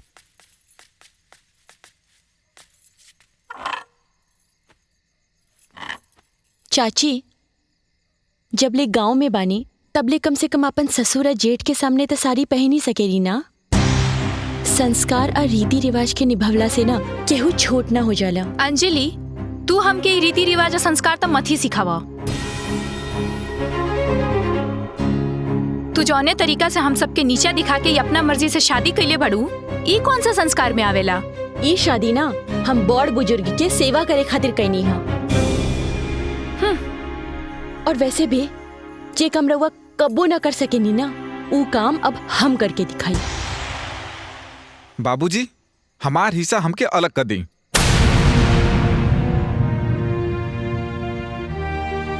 फिर चाहे जैसे चाहे वैसे करी। कैसा हिस्सा? तू लो अपना हिस्सा के अधिकार खो चुकल बड़ा।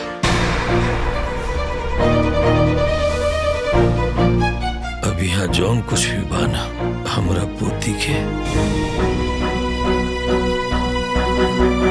और हमरा दामाद जी के बा।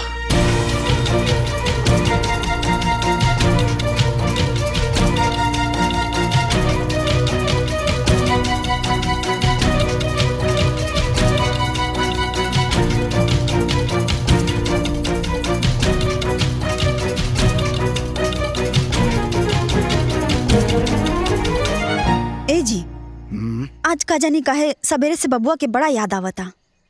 तनी फोनवा लाई ना, तनी फोन में राली बतिया ली। लगावा। हम हूँ यह सोचत रहनी है।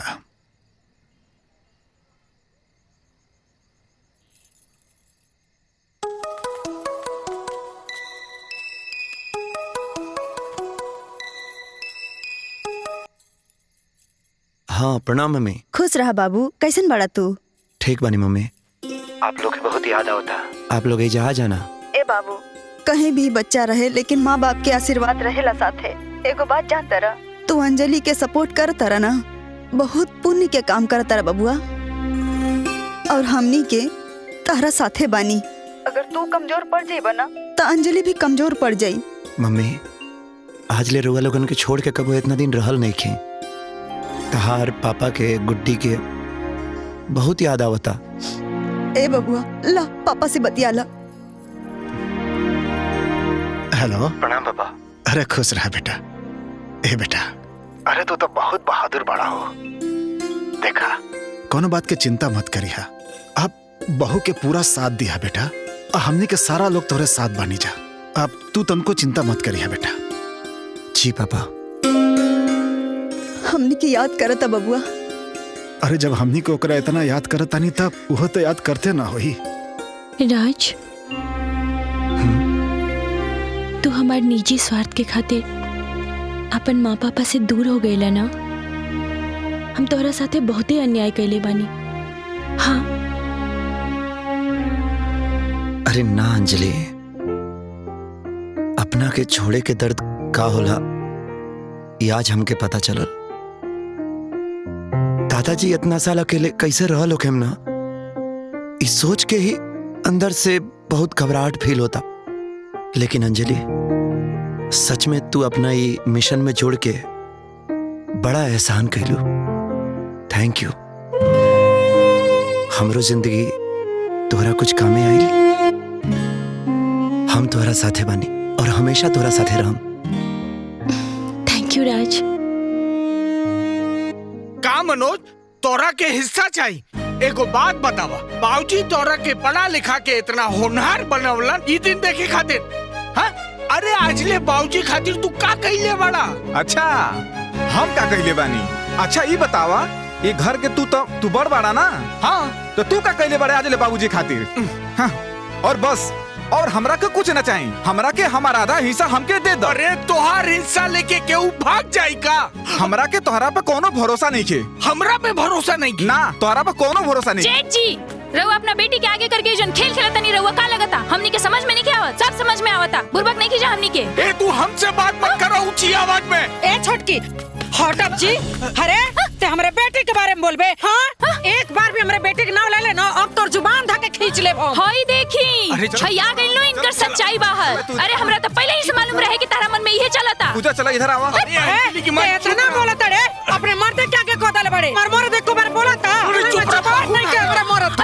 अरे चुप रह। पापा, चाचा चाची, चल इधर आओ। रउआ लोग ये का कर रहल बानी? प्रॉपर्टी के खातिर इतना तमाशा? रउआ लोगन एक बार भी ना सोची ना कि ये सब तमाशा देख के दादाजी पे का गुजरत हुई? अरे हमरा के ना चाहिए प्रॉपर्टी में हिस्सा, और ना कबो चाहत रहे। रउआ लोग अपन अपन हिस्सा के बराबरी में बांट ली। आई झगड़ा खत्म करी, खत्म करी। और एक बात और, कल आप सबके इस समस्या के समाधान जरूर हो जाए। आप लोग जाइए, आराम करिए।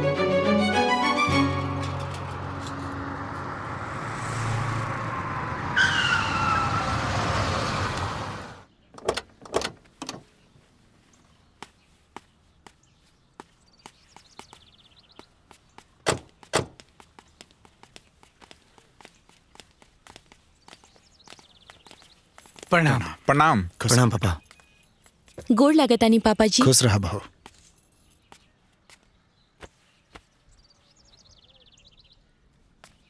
विनोद भाई साहब और मनोज भाई साहब, आज हम एहिजा एगो रिश्तेदार बन के ना एगो व्यापारी बन के आयल बानी। यही से अपना साथे हम अपन वकील के भी लायल बानी जे कागज पत्तर दुरुस्त कर दी, साथ में अपना मैनेजर के भी लायल बानी जे पेमेंट वगैरह तुरंत कर दी।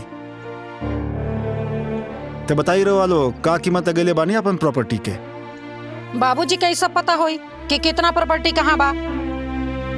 हाँ, ई सब खेत बाड़ी आ ई जौन कारोबार बा, ई सब के बारे में तो बाबूजी के ही पता बा। हमरा कुछ मालूम नहीं के।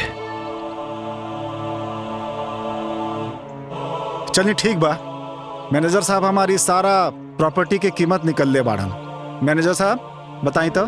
ठीक सर। सर, सगरो प्रॉपर्टी मिला के कुल 5 करोड़ के संपत्ति बा। देखी, बाप के जिंदा रहते अगर कोनो प्रॉपर्टी के बंटवारा होखेला आ कोई ओकरा साथे ना रहे तो एक हिस्सा ओकर बाप के भी होखेला। ए हिसाब से ए प्रॉपर्टी के 3 हिस्सा होखे के चाहिए।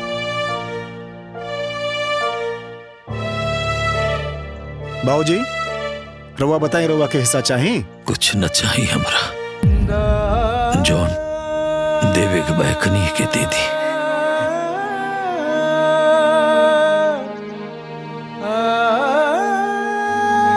चलिए ठीक बा। मैनेजर साहब जी, ये दोनों भाई के नाम से 5 करोड़ के आधा 2.5 करोड़ ये लोग के अकाउंट में ट्रांसफर कर दी। ठीक बा। रउआ लोग अपन अपन अकाउंट नंबर दे दी, हम भेज देता नहीं। अपना मोबाइल नंबर बताई, हम व्हाट्सएप कर देता नहीं। अब हमनी के शहर जाए के आज्ञा दी। ठीक बा। प्रणाम। प्रणाम। चलो।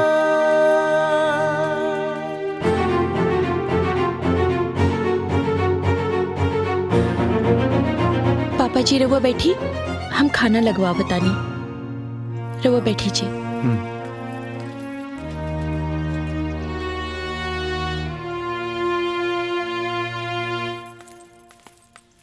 अंजलि। हाँ बेटा, जल्दी से तैयार हो जा, चलो अपने घरे पटना चले के बा। रउआ लोगन के शायद हमार शर्त याद नहीं खे, और उस शर्त के अनुसार हम आप इहे घर में रहब, काहे कि अब से इहे हमार नैहर बा और ससुराल भी, और हम इहे रह के नैहर और ससुराल दोनों के फर्ज निभाइब, और साथ ही साथ दादाजी के सेवा भी करब। मतलब तब तो राज भी रही है। हाँ चली। चला।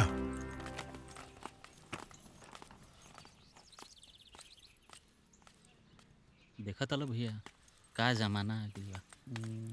बाप के अकेले छोड़ के आ दोनों लड़का पैसा बांट के शहर निकलता।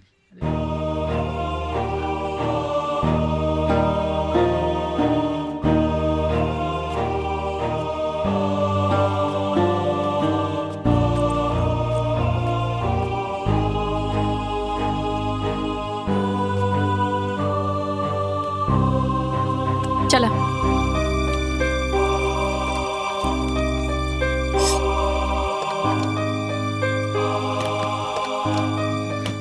बाबूजी, देखिए रउआ चिंता जिन करी। अरे एगो रिश्ता टूटल बा तो एगो बनलो तो बा। हमार राज बेटा और अंजलि बेटी तो है ना, वो रउआ के एकदम बहुत ख्याल रखी लोग। दादाजी, हम तो आपकी छड़ी बनी ना। हम और राज हमेशा आपके साथे रहब। अब घर चली चली। पापा जी रवो चली, खाना लाग गइल बा।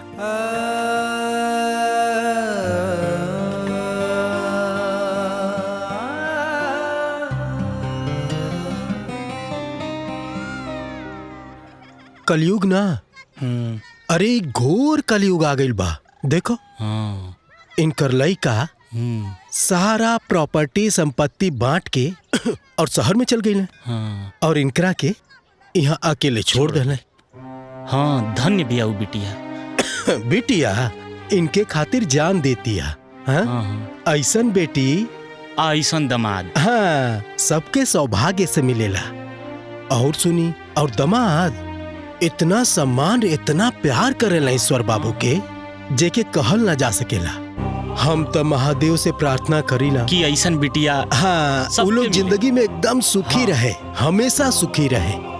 और तो और अपन पैसा देके दादाजी के पूरा संपत्ति खरीद लेहलस, दूसरा से बीके से बचा लेहलस।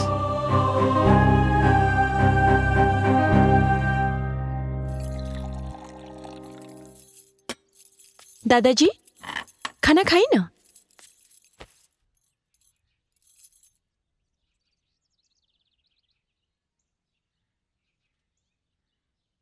इच्छा नहीं है बेटा। प्लीज दादाजी एक रोटी तो खा ली।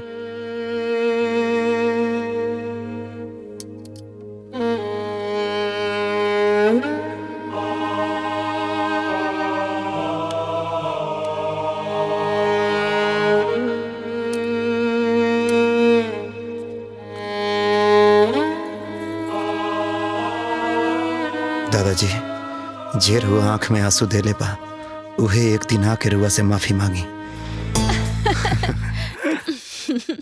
दादाजी रउआ हमरा के अपन बेटा नियन ही समझी। हम रउआ के कब्बो छोड़ के ना जाए। हाँ दादाजी, पहले तो रउआ हमनी साथे घर ही चली। यहाँ अब हम दोनों मिलके राउर सेवा करब। रउआ एकदम चिंता मत करी और चली चल के खाना खा ली। छड़ी लिया वो चली। ना ना ना ना ना, अब रउआ के छड़ी के का जरूरत बा? काहे से कि राउर छड़ी पे हम बानी। चली। पूजा आज हम बहुत खुश बानी। कहा कि गांव के प्रॉपर्टी के पूरा पैसा मिल गई। अब गांव जाके झंझट भी खत्म हो गई। देखा ई कुल हमरे दिमाग के कमाल है ना, तो पूरा प्रॉपर्टी तो हमनी के हाथ से गईले रहे। अरे हाँ भाई, हम तो तुम्हारे दिमाग से चले नहीं। अच्छा ये बतावा, ये पैसा के आप का कइल जाई? अगर हमरा दिमाग से चलबा तो ई सारा पैसा ना 1 महीना में डबल हो जाई। डबल? वो कैसे? थोड़ा इंतजार करा, अब भी कोई आवे वाला बा। अरे मनोज भाई सलाम वालेकुम। अब्दुल भाई बैठा बैठा बैठा। अब्दुल देवर जी के हम ही बुलैले बनी। अच्छा बताई इनका के स्कीम अपन। अरे भौजी ई गजब के प्लान है। 100 रुपया डाली 200 रुपया महीना भर के भीतर पाई। 1 महीना में पैसा डबल? अरे भौजी के तो बता देले बानी, अरे वो के बता देता नहीं। देखा हमारे स्कीम के नाम है MLM। MLM स्कीम मतलब? एकर नाम बाटे मल्टी लेवल मनी ग्रोथ प्लान। मल्टी लेवल मनी ग्रोथ प्लान? देखी हम समझ ले बानी, रघुआ समझ ली। मैं समझे कि कौन बात बा, ऐसे बढ़िया कौन सा प्लान मिली? हम तो कहा तनी देखी 2.5 करोड़ लगाई आ 1 महीना के अंदर 5 करोड़ पाई। हाँ हम तो कहा तनी कि भैया के भी बता दिया जा, वो फंड लगा दिया। एकदम बुड़बक के हवा का, ये सब केहू के बतावल जाला, केहू के बतावे की जरूरत नहीं है। तो ठीक बा। अब्दुल भाई बतावा कितना लगावे के बा? कितना लगावल चाहता रह? लगभग 2.5 करोड़। तो 2.5 करोड़ लगावो आ 1 महीना के भीतर 5 करोड़ पावा। ठीक बा, तो हम 2.5 करोड़ दे तनी, तू जल्दी से ओकरा के 5 करोड़ बना दे। अरे रे रे रे रे, एम्मा देरी ना, जल्दी से कराई, जल्दी पाइब हैं? ठीक बा अब्दुल भैया, हम तोहरा के पूरा पैसा ट्रांसफर करवा देता नहीं। हाँ कराई कराई कराई जल्दी करा। ठीक बा। ए जी का सोच रहल बानी? ये है कि पता ना अंजलि गांव में कवन हालत में हुई। साँच कहतनी जी, जौन हमर बिटिया रानी न कबो किचन के मुँह ना देखली, वो ओइजा गाँव में सुबह शाम खाना बनावतिया, कपड़ा लत्ता धोवतिया, झाड़ू पोछा करतिया, पता नहीं कैसे करती हुई। जेकर खातिर बंटवारा भइल और एहिजा हम जिंदगी भर से कमा रहल बानी, अब उहे साथ नहीं खे, तब का करब? अब ई कमाई के, ई धन दौलत के, ई रुपया पैसा के। रौरे चिंता जन करी, जान तनी हमरा का लागता। हमरा ई लागता न कहीं ससुर जी ओकरा के जादू टोना कुछ करा के ओकर बुधिया हर त नहीं लेले बानी। पता ना भगवान हमके कवन पाप के सजा दे रहल बाड़े। तूहू प्रसाद लेला और उन्हों के दे दा। ठीक बा। और सुना, हैला। काल हम कुंडली और दिन तारीख देख के तू लोगन के सब बता दे। ठीक बा। हाँ? कि कब तिलक के डेट रही और कब शादी के। ठीक बा ना? हाँ, काल बता दे तोहरा लोग के। ठीक बा। हाँ? एकदम चिंता मत करो। दादाजी रुआ के कहाँ कहाँ हम ना खोजनी, चली घरे, बहुत रात हो गई बा। जाइले तो तनी मन के शांति मिल जाला। वो ठीक बा दादाजी, लेकिन अंजलि घरे परेशान होता रही, चली। अच्छा चलते। हाँ हाँ जाई रहुआ। कितना मान सम्मान करेनी ईश्वर बाबू के दामाद। दामाद कितनो प्यार दुलार कर ले, बेटा ना हो सकेला, आपन अपने होखेला। सुना, एक बात तू लोग अपने दिमाग से निकाल दो कि आपन अपने होला, लेकिन राज बेटवा तो अपना बेटा से भी ज्यादा देखभाल करेलन। ऊ ईश्वर बाबू खातिर जिंदगी दे रहल बा। और धन बाऊ अंजलि बिटिया जे अपन घर के बसावे खातिर दिन रात मेहनत करतारी। तहनी के का समझाई, वो दोनों लोग ईश्वर बाबू खातिर का करत बा। चल बेटा। अंजलि, ए अंजलि, अंजलि। हाँ दादाजी, दादाजी रवा कहाँ चल गई रहनी हो? यही जा मंदिर पर रहनी है। दादाजी अब रवा के ना चिंता करे के कौनो जरूरत नहीं खे। अब मंदिर में जाके बैठे के का जरूरत रहे? बेटा घर परिवार के माया नहीं जात। दादाजी रउआ के उ लोगन के मोह बा, आ उ लोगन के खाली माया बा, पैसा के माया। रउआ देखनी ना कैसे अपन अपन हिस्सा लेके चल गईले। भगवान ओ मूर्खन के सद्बुद्धि देस।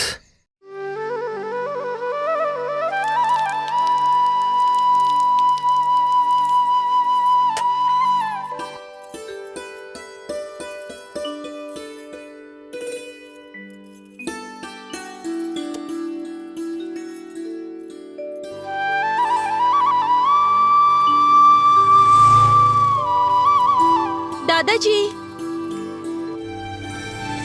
दादाजी, दादाजी, दादाजी। अंजलि, हाँ का भइल? देखी ना, दादाजी तो कहीं नहीं खिलौकत। मंदिर पर गई लोग हम। मंदिर पर? लेकिन दादाजी हमार आरती लिए बिना तो कहीं ना जालन। तब कहाँ गई लोग हम? हमरा के नहीं पता। चली। दादाजी की का भइल? दादाजी? दादाजी? अरे दादाजी के तो बहुत तेज बुखार बा। का? मनोज, विनोद, मनोज, हे विनोद, मनोज, हे विनोद, कहाँ बड़े बाबू? विनोद,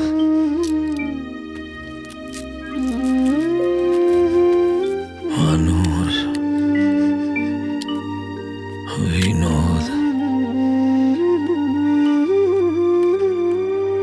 सुनो, दादाजी को टाइम से दवा दे देना। जी सर।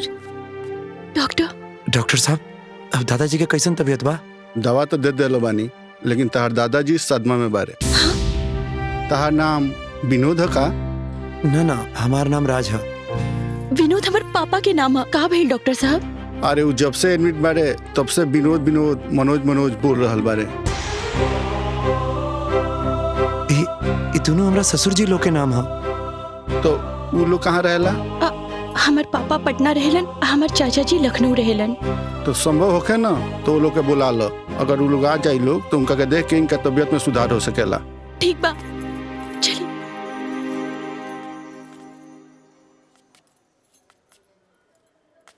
मनोज। दादाजी। विनोद। मनोज। अंजलि, तू पापा के फोन करना एक बार। हाँ ठीक बा। ए जी, अंजलि के बाबूजी, हाय राउर फोन छूट गया। ली फोन ली। अरे अंजलि के फोन आवता। उठाई ना, देखी का कहतिया। हेलो पापा, दादाजी की तबीयत बहुत खराब बाटे। यहाँ के बार राउर और चाचा जी के नाम पुकार रहल बानी। रउआ आ जाई ना।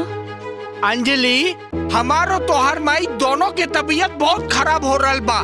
दामाद जी के लेके पटना आ जा। ए बिटिया, जवन चाल तू चल रहल बाड़ू ना, हम तोहर बाप हई।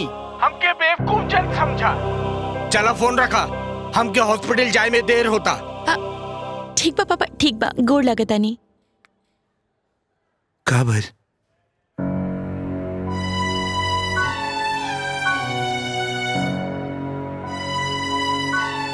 चाचा जी के फोन लगावा। हाँ।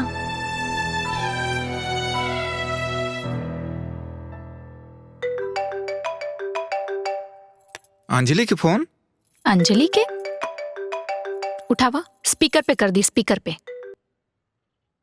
चाचा जी, गोड़ लगतानी। हम अंजलि बोल रहल बानी। हाँ बोला, तोहार नंबर फिट बा। कैसे याद कैलू आज हमरा के? चाचा जी, अब दादाजी की तबीयत बहुते खराब बा। तो हम का करी? वो बार राउर और पापा के नाम ले रहल बानी। रवा गांव आ जाई ना चाची जी के साथे। अब हमरा के का याद कर रहल बाड़न? अरे सगरो रिश्तेदार तो तू तोहार राजपति भइल बाड़न। तो देखा तू लोग और सुना, और ये कुल बकवास करे खातिर हमके दोबारा फोन मत करिया। चाहे केहू जी चाहे केहू मरी, हमरा के कोनो केहू से मतलब नहीं है। जी चाचा जी, गोड़ लागतानी। का कहला लो बिटिया? दादाजी, पापा चाचा जी ना बहुत व्यस्त बाड़न। वो कहल हलो कि फटाफट अपन काम निपटा के जल्दी से रउआ से मिले आ जाई। हाँ दादाजी। हाँ। हमनी बानी ना, हम अंजलि आपके सेवा में दादाजी। एक बार तारा चाचा के कपार में घाव लगी रहे,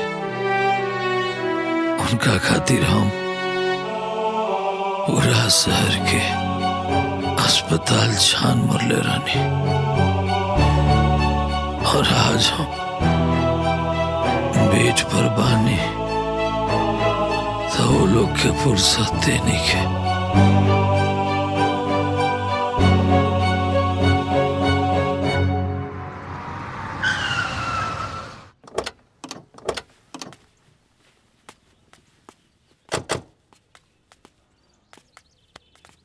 अरे के हुआ तुम? और हेजा कैसे चली अइलो? अरे मरीज के इलाज हॉस्पिटल में होला, हेजा ना ये घर हो। चलो जा यहाँ से। हम लोग सरकारी स्वास्थ्य मंत्रालय से आए हैं। डॉक्टर विनोद शर्मा का घर यही है? हाँ। जरा बुलाइए उन्हें, कुछ बात करना है। ए जी, अंजलि के पापा, अरे तनी बाहर आई। का भइल? क्या आप ही हैं डॉक्टर विनोद शर्मा? जी। क्या आपने किसी जय कुमार का ऑपरेशन किया था? जी। आपको पता है ऑपरेशन के बाद उसकी मौत हो गई? देखिए जी, काहे ना कि हम डॉक्टर हैं, ऑपरेशन कईल हमार काम है। उनकर मौत हो गई तो एमे हम का करें? क्या तुमको पता था वो डायबिटीज का पेशेंट था? हाँ। जब तुम्हें पता था कि जय कुमार को डायबिटीज है तो बिना रोकथाम किए तुमने कैसे उसका ऑपरेशन कर दिया? मुझे सब पता है। तुम डॉक्टर लोग ना कुछ पैसे के खातिर मरीज के जीवन के साथ खिलवाड़ करते हो, जिसके चलते उसकी मौत हो गई। मिस्टर विनोद, इस जघन्य अपराध के लिए तुम बच नहीं सकते हो। इस लापरवाही के कारण तुमको अरेस्ट करने आए। देखिए, हमसे गलती तो हो गई, पर अभी गलती दोबारा ना हुई। हाँ, वो किसी का बाप था तो किसी के माथे का सिंदूर था। ऐसा कोई तुम्हारे बाप के साथ करता तो तुम क्या करते? देखिए सर, हमके बचा ली, हम फिर कहता नहीं कि ऐसा गलती दोबारा ना हुई। अब जो गलती हो गई है उसकी सजा तो भुगतनी ही पड़ेगी ना तुम्हें। अरे सर, कोनो दूसरा रास्ता तो हो ही। एक रास्ता है। का? जय कुमार तो मर गया, लेकिन वो अपने पीछे लाचार पत्नी और अपने बच्चे को छोड़ गया है। तुम उसे वापस तो नहीं ला सकते हो, लेकिन कुछ आर्थिक सहायता करके इस घोर पाप से बच सकते हो। तो बोली ना, हम क्या करें सर? ये लो जय कुमार के परिवार का अकाउंट नंबर। इसमें 2.5 करोड़ रुपया ट्रांसफर करके जेल जाने और बदनाम होने से बच जाओगे तुम। मैं सरकार से गुजारिश करूंगा कि तुम जेल ना जा सको। ठीक सर। ठीक है, चलते हैं।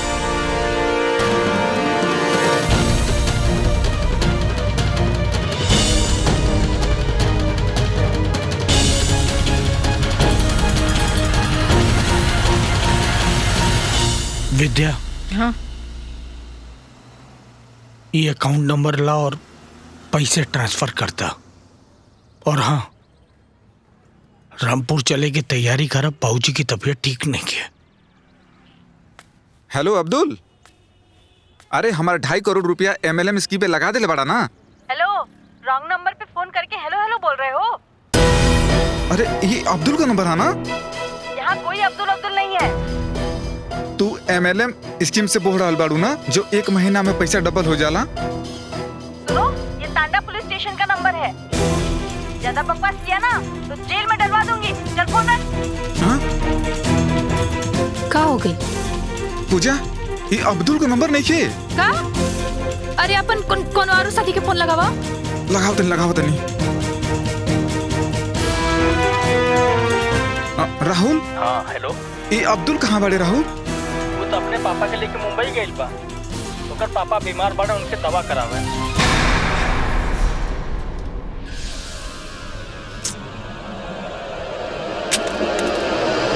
अरे अरे अरे, का हो गई? का हो गई? पूजा, ये अब्दुल अपना बाप के बचावे खातिर हमारा संगे कितना बड़ा फ्रॉड कैलास, और हम अपना बाप खातिर का गई नहीं। पूजा, रामपुर चले के तैयारी करब। पूजा, दादाजी उठी, कुछ खा ली।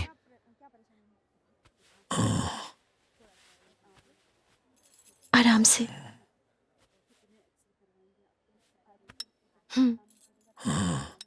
आप तबीयत कैसन लग रहा बा दादाजी? सेब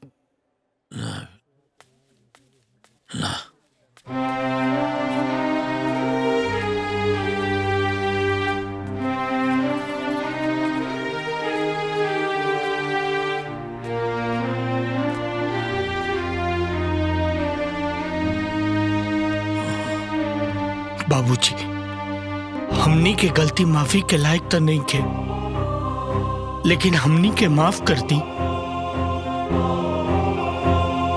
देखी, मनोज भी आयल बड़े। बाबूजी, हमके माफ कर दे बाबूजी। हम रउआ संगे बहुत बड़ा पाप कैले बानी। बहु लोग कहाँ बा? हाँ, अंजलि, मम्मी और चाची के लेके आवा। जी। आराम से।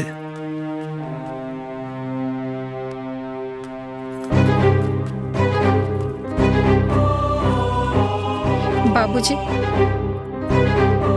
बाबूजी, हमने से बहुत बड़हन गलती हो गई बा। हमने के माफ कर दी, माफ कर दी बाबूजी। बाबूजी, अब बस रउआ जल्दी से ठीक हो जाई। हमनी के वादा करत तनी जा कि आज के बाद हमनी के रउआ के कब्बो अकेले ना छोड़ब जा।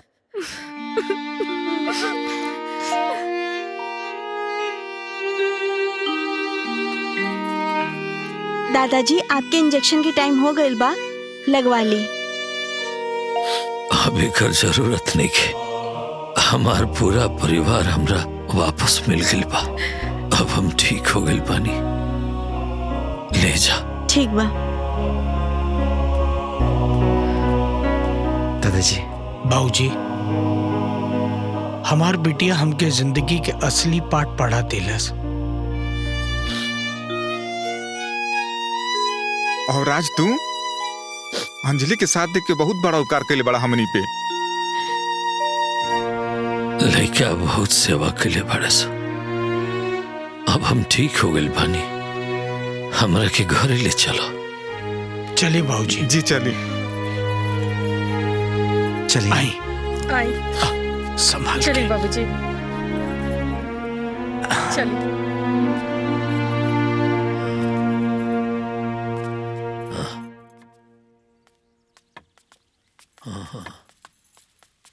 आराम से दादाजी।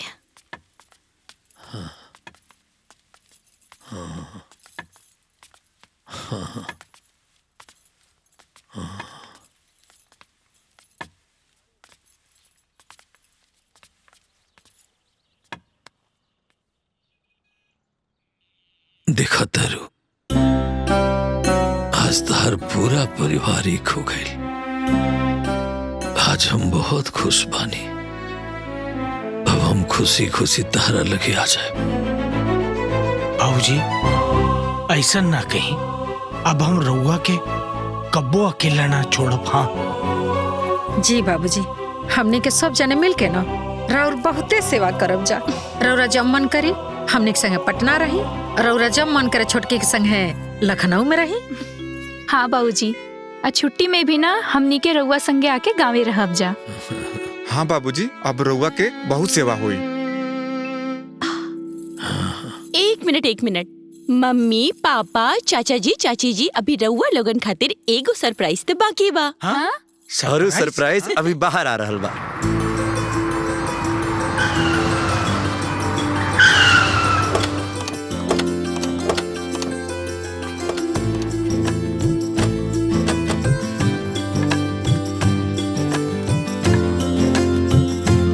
बाबूजी प्रणाम। प्रणाम पापा। अरे खुश रहा बेटा। प्रणाम मम्मी। खुश रहा खुश रहा। कैसन लागल हमार सरप्राइज? बढ़िया, बहुत बढ़िया। अब्दुल तू? सर आप? हाँ, हम कोई स्वास्थ्य मंत्रालय के अधिकारी नहीं थी। ये तो हम वासुदेव चाचा के साथी हई। ये सब प्लान राज के रहे, तू सब लोगन के सबक सिखावे खातिर। और वो हमार पैसा? अरे पापा, रउआ सारा पैसा गांव में यही जाने को अस्पताल बनावे में लागी। अच्छा। अरे अब्दुल, तू तो मुंबई चल के रहा ना? अरे काहे के मुंबई? अरे MLM ऊ कंपनी झूठा रहल। और हमार पैसा? राउर पैसा वही हॉस्पिटल के सारा इक्विपमेंट्स खरीदे खातिर भेजा गइल बा। अरे वाह, ये तो बहुत बढ़िया बात बा। अब हमनी के मिलजुल के एक साथे रहल जाई और हम भैया जी मिल के एक साथे काम कइल जाई। का भैया? हाँ। हमार बिटिया आज इतना बढ़न हो गई बिया कि आज अपने दादा के छड़ी बन गई और अपने प्यार और पुनीत संस्कार से हमने के शिक्षा भी दे दहलत। हाँ बाबूजी, अंजलि हम सबके सिखा देली कि बड़ के सेवा कइला में ही हम सबके भलाई बा। आज हमारा अंजलि बिटिया हमरा उजड़ल परिवार के बसा देली। मम्मी पापा, चाचा चाची, अगर भूल से भी हमरा से कोनो गलती भइल होखे तो हमरा के अपन छोटी बेटी समझ के माफ कर दिया। अब हम अपन ससुराल में जाके अपन जिंदगी के शुरुआत करब। हमनी के साथ ही न रहबू बिटिया? दादाजी, ये तो हमार घर बाही, लेकिन अब राउर पोती अपन ससुराल जाके एगो बहू होखे के फर्ज निभाई। बाबूजी, अरे राउर लक्ष्मी तो राउर घर सजा देलस। अब हमरो घर सजावे के आदेश करी। आप विदाई कर दी हमरा बहू के।